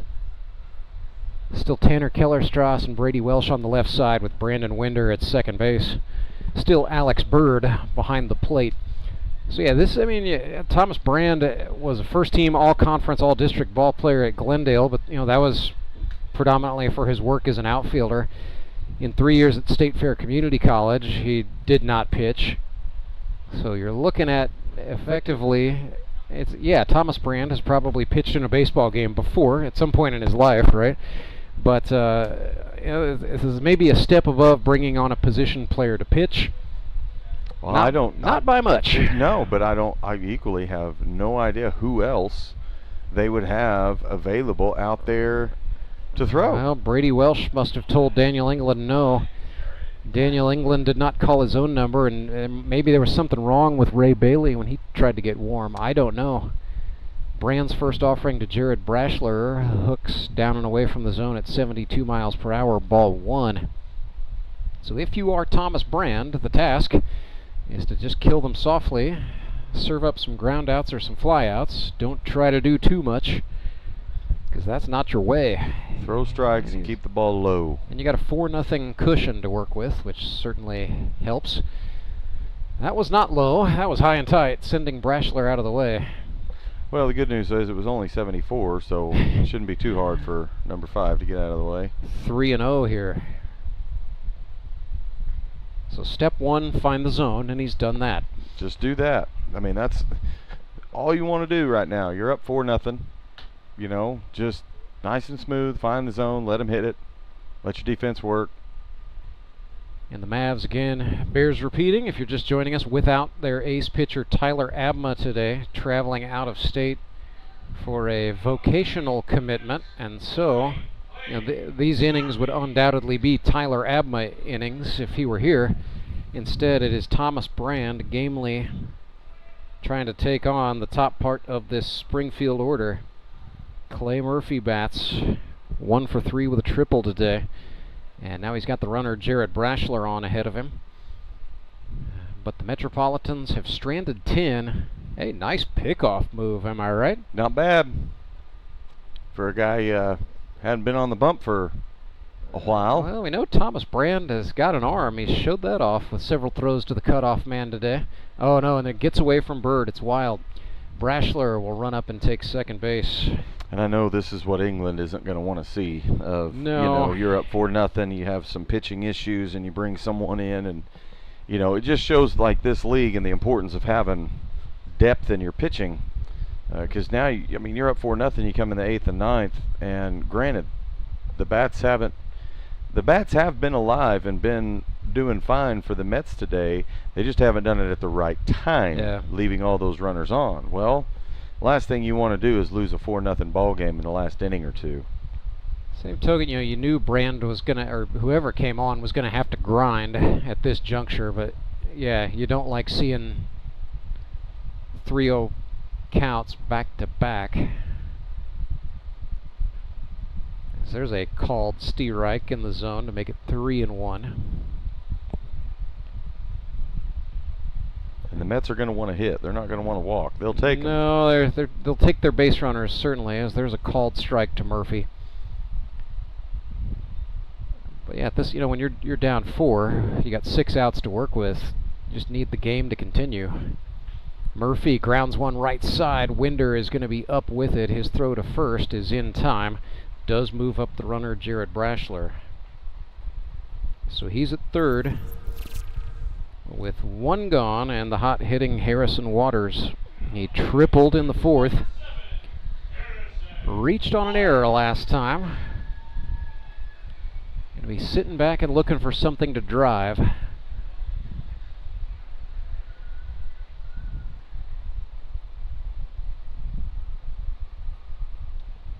Bullpens are quiet, so the Mavericks are going to give Thomas Brand a certain degree of leeway as he works from the chest.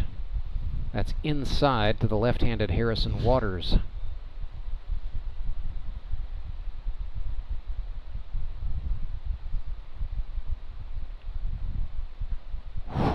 Got him to chase one upstairs. Oh, he's kicking himself for that one. Yes, he is. And he's going to take a hack, so you can't just exactly leave it up over the plate. All right, anything less than 2 strikes, and yeah, Harrison Waters is swinging with bad intentions. It's 2-1 now. That was in the zone. Waters got under it. Kyle Carpenter, the first baseman, is on the line. Calls for that, makes the catch. 2 hands, Kyle. Okay. Kyle Carpenter is he sort of converted into a part-time outfielder in his GRBL career. But 2 outs. Mavericks doing their part to help out Thomas Brand. Batter is Caleb Kaufman. You'll find in this league that there are many first basemen who don't feel the need to wear a first baseman's mitt. They will still rock an infield glove. Grounder to the second baseman, and Brandon Winder handles that nicely. He was pressed into action twice. He gets 2 assists. So how about the job by Thomas Brand and the Mavericks settling down? That is now the 7th Metropolitans runner stranded in scoring position today. Good grief. Commercial-free 9th inning is next. I'd like to say a big thank you to our friends at Henry's Towing. When you are in a jam, maybe your car won't start because it's got a dead battery and it's sitting there in your garage and you don't know what to do. Do what I did yesterday.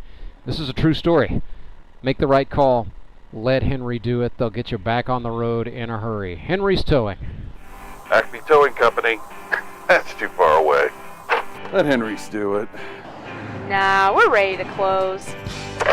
Let Henry's do it. Henry's is ready to take your call right now. From compacts to semis, Henry is here to help 24/7. Save yourself the hassle and make us your first call. Henry's gets there fast, offering multiple locations to serve the Ozarks. When you're stuck on the side of the road, make the right call. Let Henry do it.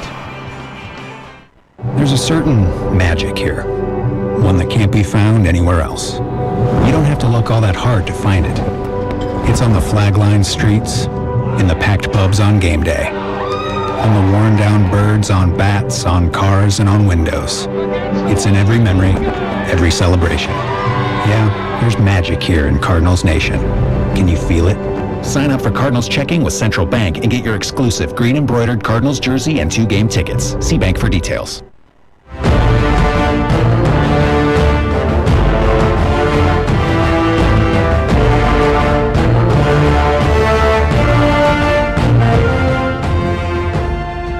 Rantsberger, Clay Odell with you. It's the commercial-free 9th inning presented by Central Bank of the Ozarks. Strong roots, endless possibilities. Clay Murphy's first offering to Alex Bird in the top of the 9th. Swung on, fouled off. Into the seats. 4-0. Mavericks lead the Metropolitans. Looking to buy some insurance runs before we go to the bottom of the 9th.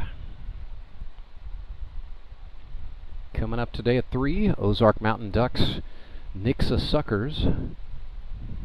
Seth Burns will get the ball for Nixa against Brian Sanchez for the Ozark Mountain Ducks. 1-2 to Bird. Swings and grounds this one. 3 hops to the shortstop. Tough throw for Kaufman, and the throw to first is not in time. Nice job by Alex Bird, deep in the hole over there for the shortstop. Tough effort for Caleb Kaufman, and Alex Bird legged it out. It's a tough play, it's a tough throw, especially when you're in this league. The ball's, it's not, balls coming off the bat in this league aren't exactly major league 107 mile an hour shots over there to create your time. So balls like that, so many times they just end up getting ruled an infield hit because they take so long to get there. And it was in fact the case for Alex Bird. He's 2 for 4 today. Kyle Carpenter advances the runners on a sort of what almost turned out to be a bunt at the end of the day as he hopped it back to the pitcher who made the throw over for the out. So 1 away, runner on second for Moon City. Back to the top of the order the Mavericks go, and Thomas Brand steps in. Serious now, he's got to help his own cause. Woo-wee. Little chin music. That was 83 miles per hour, coming in hot. It's like, hey, you want to throw at one of my guys, I'll throw at you. There's a difference between a 74 mile per hour miss and an 83 mile per hour. It's only a matter of about 2 feet, but in length, quickness of travel, but still. Yeah. I think he was just wanting to see if he could make that mustache move. I think you got a point there. It's a thing of beauty. Murphy sets up, rocks and deals, missing low. That's easy to do. He's just kind of having the command go here in this particular plate appearance for Brand. When you're frustrated, when you're hot, when you're not scoring runs, just that kind of day. Runner goes, Brand slices this one foul. Tell you what, how about Alex Bird? Most of the time you don't see a catcher try to steal, but Alex has showed off the wheels a little bit this inning. Well, I got no problem with it. I just always be mindful, when you're stealing third, you definitely don't want to be the third out at third, but you don't want to be an out at third. Well, I guess it's the lesser of three evils, right? You don't want to be. Bird would have been the second out if he gets caught at this juncture. There's a strike. So Murphy dialing it back, and that shows what kind of pitcher he is, battling back from 3-0. Now got a full house here. 3 balls, 2 strikes, 1 out. Murphy sets from the never mind. It's going to be a throwback, and that's into center field. And Alex Bird won't have to worry about stealing now. A mistake by the Mets puts Alex Bird on third base.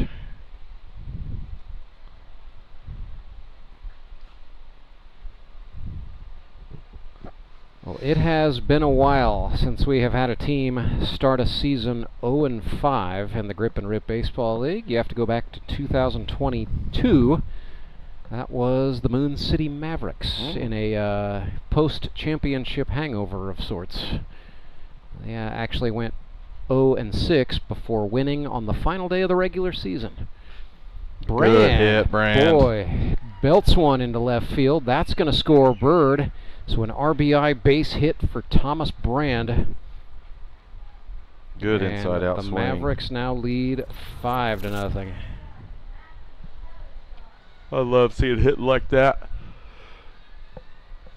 Inside-out swing, just threw the barrel out there and punched it the other way. Get your run in. With some authority. And that ball got out. That was not poked. That was hit. Matthew Kellerstrass watches one go inside. Kellerstrass out of Evangel University. He was 1 for 3 in 1 year of baseball for the Evangel Valor. Used a lot as a pinch runner, 7 runs scored, 3 stolen bases in 16 games. Grounder to the second baseman. Thomas and power fed it for 1. A 4-6-3 double play. All started with a nice job by the second baseman, Dustin Thomason. And not even a college track and field athlete could beat that throw from Caleb Kaufman. It is the commercial-free 9th inning brought to you by Central Bank of the Ozarks. So yeah, Springfield Metropolitans are not flirting with historic levels of frustration quite yet. But the 2022 Mavericks were winless for quite a while. But I mean, you can kind of see it, and it's not, they're not doing the really bad things like blatantly cursing each other out or throwing bats or doing other things that frustrated athletes sometimes do.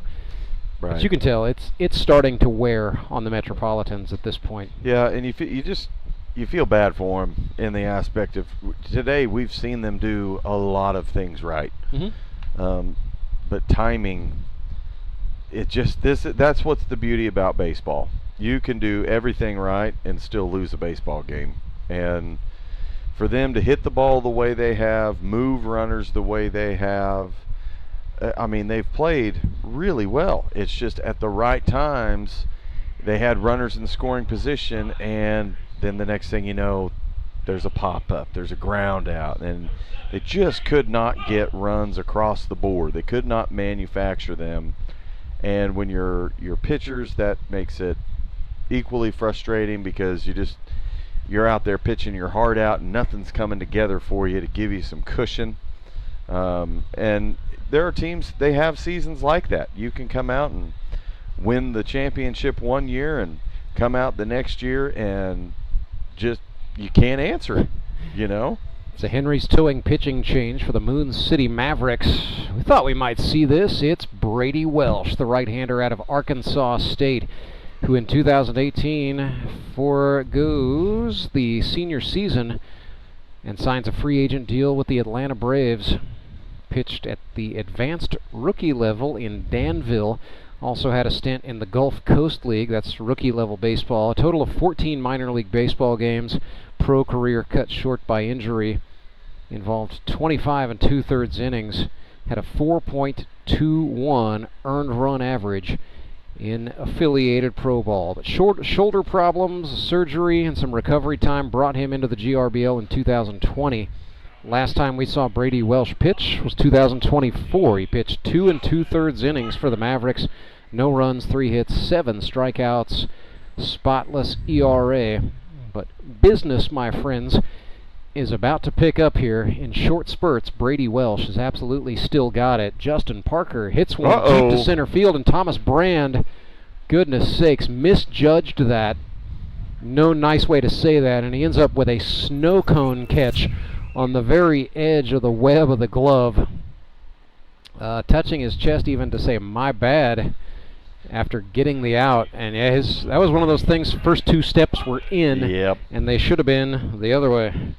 But he made up for it. Got lucky, but made up for it. Well, but that's the tough thing about line drive baseballs. You know, first step's back regardless. You go back until you see the ball dipping down.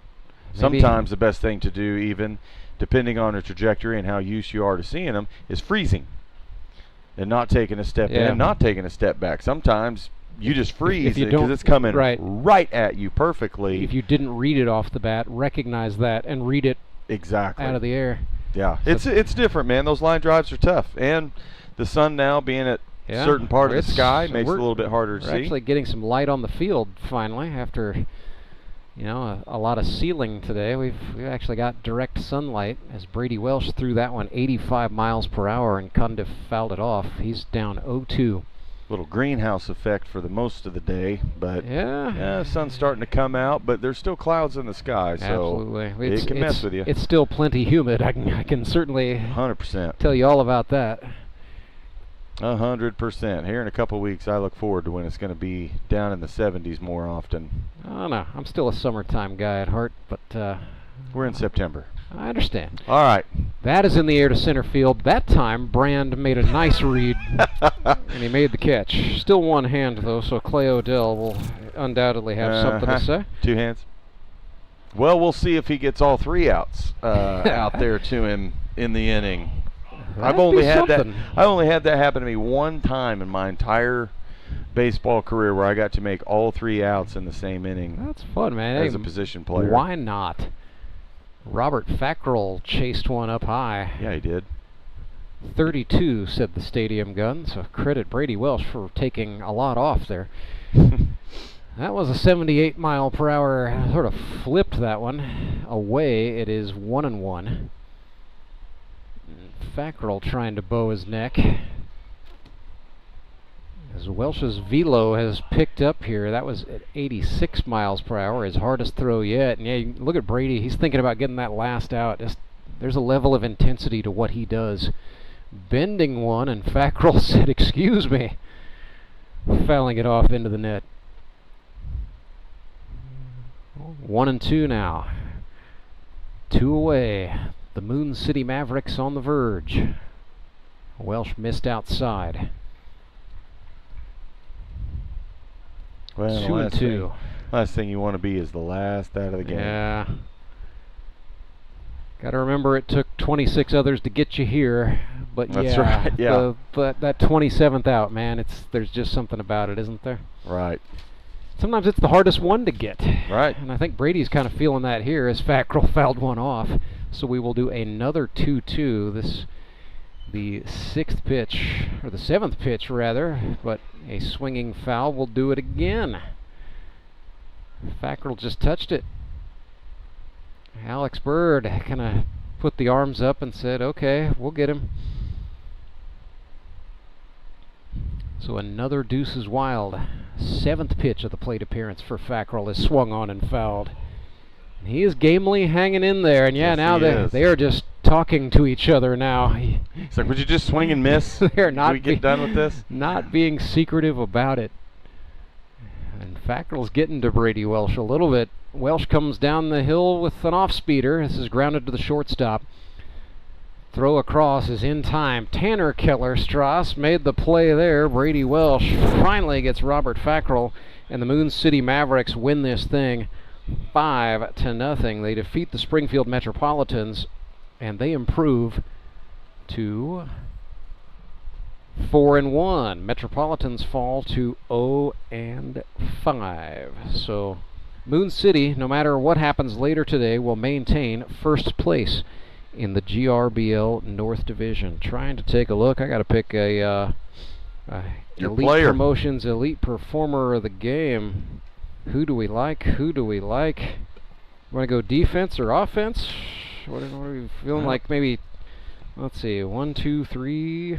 I don't know. You might have to just make 4 or 5. I mean, Thomas Brand did make 5 outs today. Andy pitched 2 scoreless innings.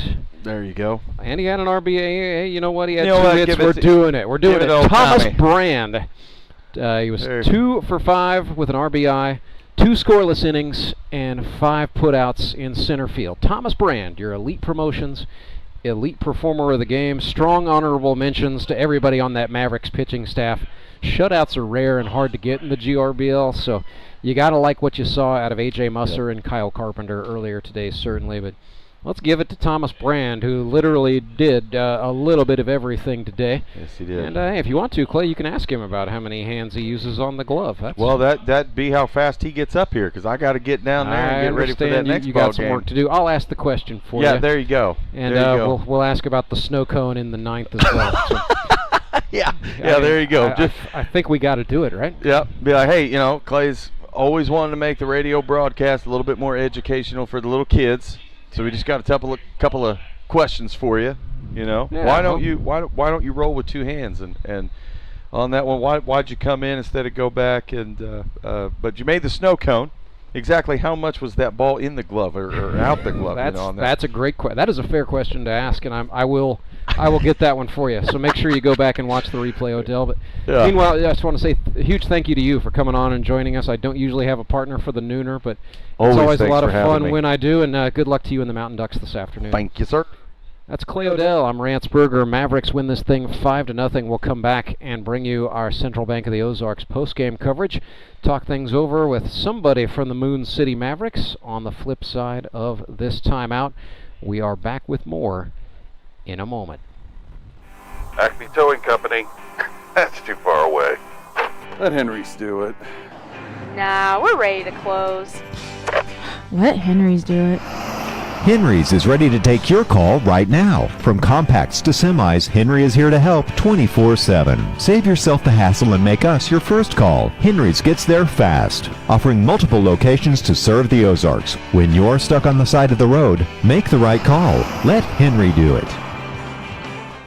There's a certain magic here, one that can't be found anywhere else. You don't have to look all that hard to find it. It's on the flag-lined streets, in the packed pubs on game day, on the worn-down birds on bats, on cars, and on windows. It's in every memory, every celebration. Yeah, there's magic here in Cardinals Nation. Can you feel it? Sign up for Cardinals checking with Central Bank and get your exclusive green embroidered Cardinals jersey and 2 game tickets. See bank for details.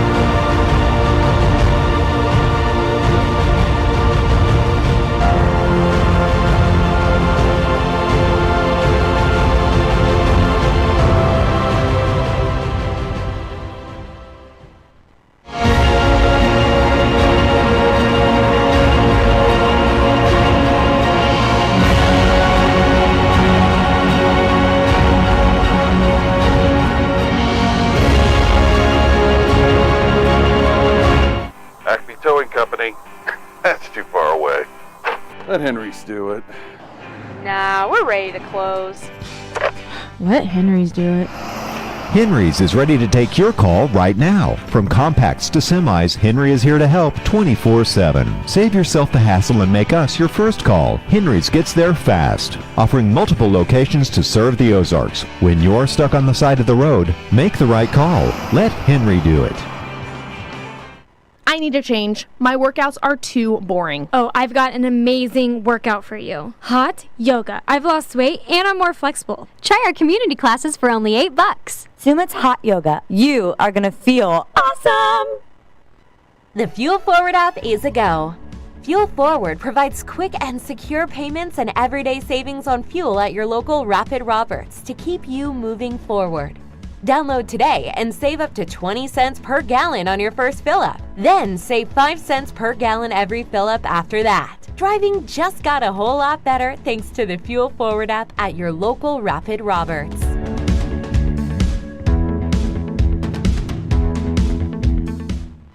Take a breath.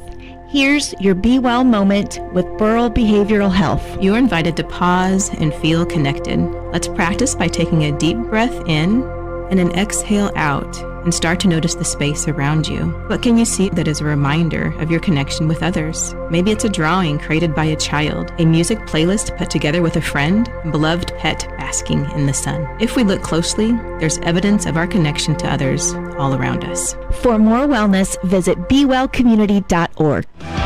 Elite Promotions is a family-owned company dedicated to providing effective, efficient, and quality promotional products to organizations just like yours. Elite Promotions will make it simple for you and quickly find the products that will give you a reason to use Elite. Elite Promotions is the official outfitter of the Grip and Rip Baseball League, dressing all 6 teams in the jerseys you see on the field and all of our official fan apparel. Be on the cutting edge. Be Elite. Elite Promotions, ElitePromo.com.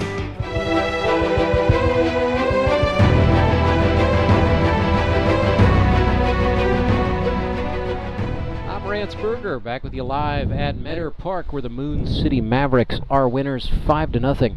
They defeat the Springfield Metropolitans today. Mavericks improve to 4-1 and maintain a grip lock on first place in the GRBL North Division. Pleased to be joined by our Elite Promotions Elite Performer of the Game, Mavericks center fielder and now pitcher, Thomas Brand, with me live. And yeah, Thomas, why don't we, gosh, a little bit of everything. Where do I even start?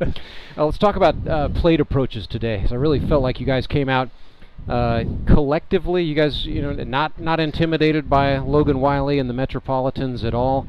It looked like a very confident, very aggressive, dare I say, an approach that almost had a little bit of swagger about it. Yeah, so he's always a good pitcher to face, and I was unfortunate not to lead off and get on base, but the boys picked me up and we started a rally early, so that was nice to see. I love seeing the the Keller-Strauss brothers. Mm-hmm. They're a fun dynamic duo that's always good to see, and our boys in the lineup are always aggressive, and when they see that strike, they just swing at it and go for it. So overall, you mentioned the Keller-Strauss guys, but this is a team that's got some youth about it. You got yourself, you got Ray Bailey, you got Sam Hornberger, Alex Bird. It's a lot of 20-somethings on this team. What kind of dugout dynamic does that make for? Makes it for a fun dugout, especially with Evan Barnett in the dugout as well. He keeps the energy up, keeps it alive. So when he wasn't there last week, it was kind of quiet and we kind of missed him. But this week, it's nice to have him back. He's the glue guy, I would say. He's a bit of a one-man show in terms of entertainment, for sure. He's never met a microphone he didn't like, that's for sure. But and then your pitching staff shoves. I mean, how about the job today? AJ Musser, Kyle Carpenter, and then we see you out there. But let's talk about those first 7 innings first. AJ and Kyle, yes. without Tyler Abma, they go out there and get you 7 shutout innings. Yes, we're really getting good quality starts out of our first couple guys. AJ has really picked it up this year. I was on his team last year, and he was pretty solid out of the bullpen, but to see him be the opener and this time go 4 or 5 innings of no-run ball, and then Kyle just picking up where he left off. Nice soft left-handed thrower. I think he got a knuckleball in there once. And I think he did. So Yeah, our staff is, I think our run differential this year is pretty good. We don't score a lot of runs, but we also don't give up a lot of runs. So then we see you take the baseball in the 8th inning, Thomas. I mean, when's the last time you appeared on a pitcher's mound in an honest-to-goodness regular season baseball game? Probably Legion ball in 8th grade. I think I gave up a home run, and I decided, yeah, this is not for me. I was not happy staring at balls go over the fence, so just kind of gave up after that and moved to the outfield. No dinger this time. I mean, you go up there with the top of the order coming up for the Metropolitans, and you walk Jared Brashler, and we did see you settle in. Almost hit him too. I'm sorry, Jared. Well, but almost doesn't. That didn't happen. But so you settled in, and then you serve up a couple of ground balls and get out of there. Yep, I was not trying to be a strikeout kind of guy. Just trying to get some balls over the plate to make them swing, and thankfully they just hit, I think, 3 ground balls straight to second base. So that was what we needed. Brandon Winder and Sam Hornberger got the job done. So you guys get to bring on Brady Welsh. So Brady dials up the velo a little bit, and he serves up a 1-2-3 inning to get you out of there. Wanted to ask you, the ball off the bat of Justin Parker in the 9th inning. Looked like your first 2 steps were in, yes, and then you could almost read your face from up here. Like, oh boy, I did not read that well. So yeah, for the past several innings, every fly ball that's been hit to me, I hear everyone say in, and usually that is the case. The wind's kind of swirling a little bit out there, but this one, he got a barrel on it and put it up there, and everyone's saying in. So I take 2 steps in. I'm like, that's gonna go over my head if I don't stop going in. So I caught it, thankfully, and then kind of was like razzing everybody, and then I think you heard me on that last fly ball. I was like, "Is it in?" Yeah, and that was pretty funny. How much baseball was actually in the glove? Did it snow cone at all? Not snow cone, but it was like like a third of the way from a snow cone. It was pretty close, and Goodness sakes. A little nerve-wracking there. You ever catch advice on playing outfield in the GRBL from your dad, Kurt Brand? Not really. Most of my high school coaches were probably my inspiration for outfield. I love tracking fly balls out there. It's probably one of my favorite things to do is play some good solid defense out in the outfield. And that sun was kind of in the eyes as well, but that's not an excuse. But good times out there. Yeah. Also, noticed you brought a big cheering section today. So you got a nice Mavericks win, and and a little extra noise on your behalf. It's got to feel good. So what about just the overall body of work? You get regardless of what happens later tonight with the Republic Locos, you're at least a game up in the North Division, maybe 2, but.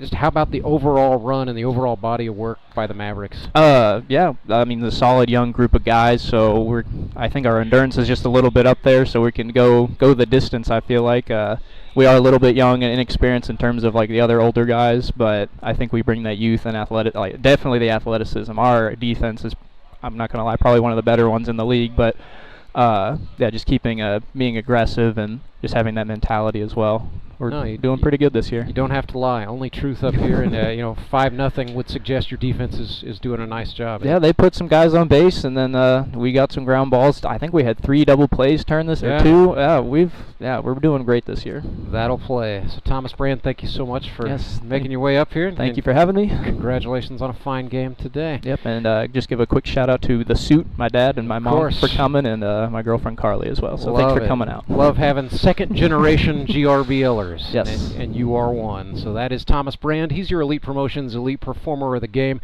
It means the Moon City Mavericks are winners 5-0. They defeat the Springfield Metropolitans.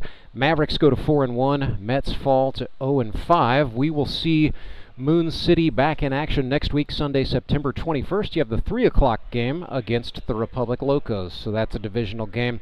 Metropolitans are up next on Baseball Night in the Ozarks, September 21st at 6 o'clock.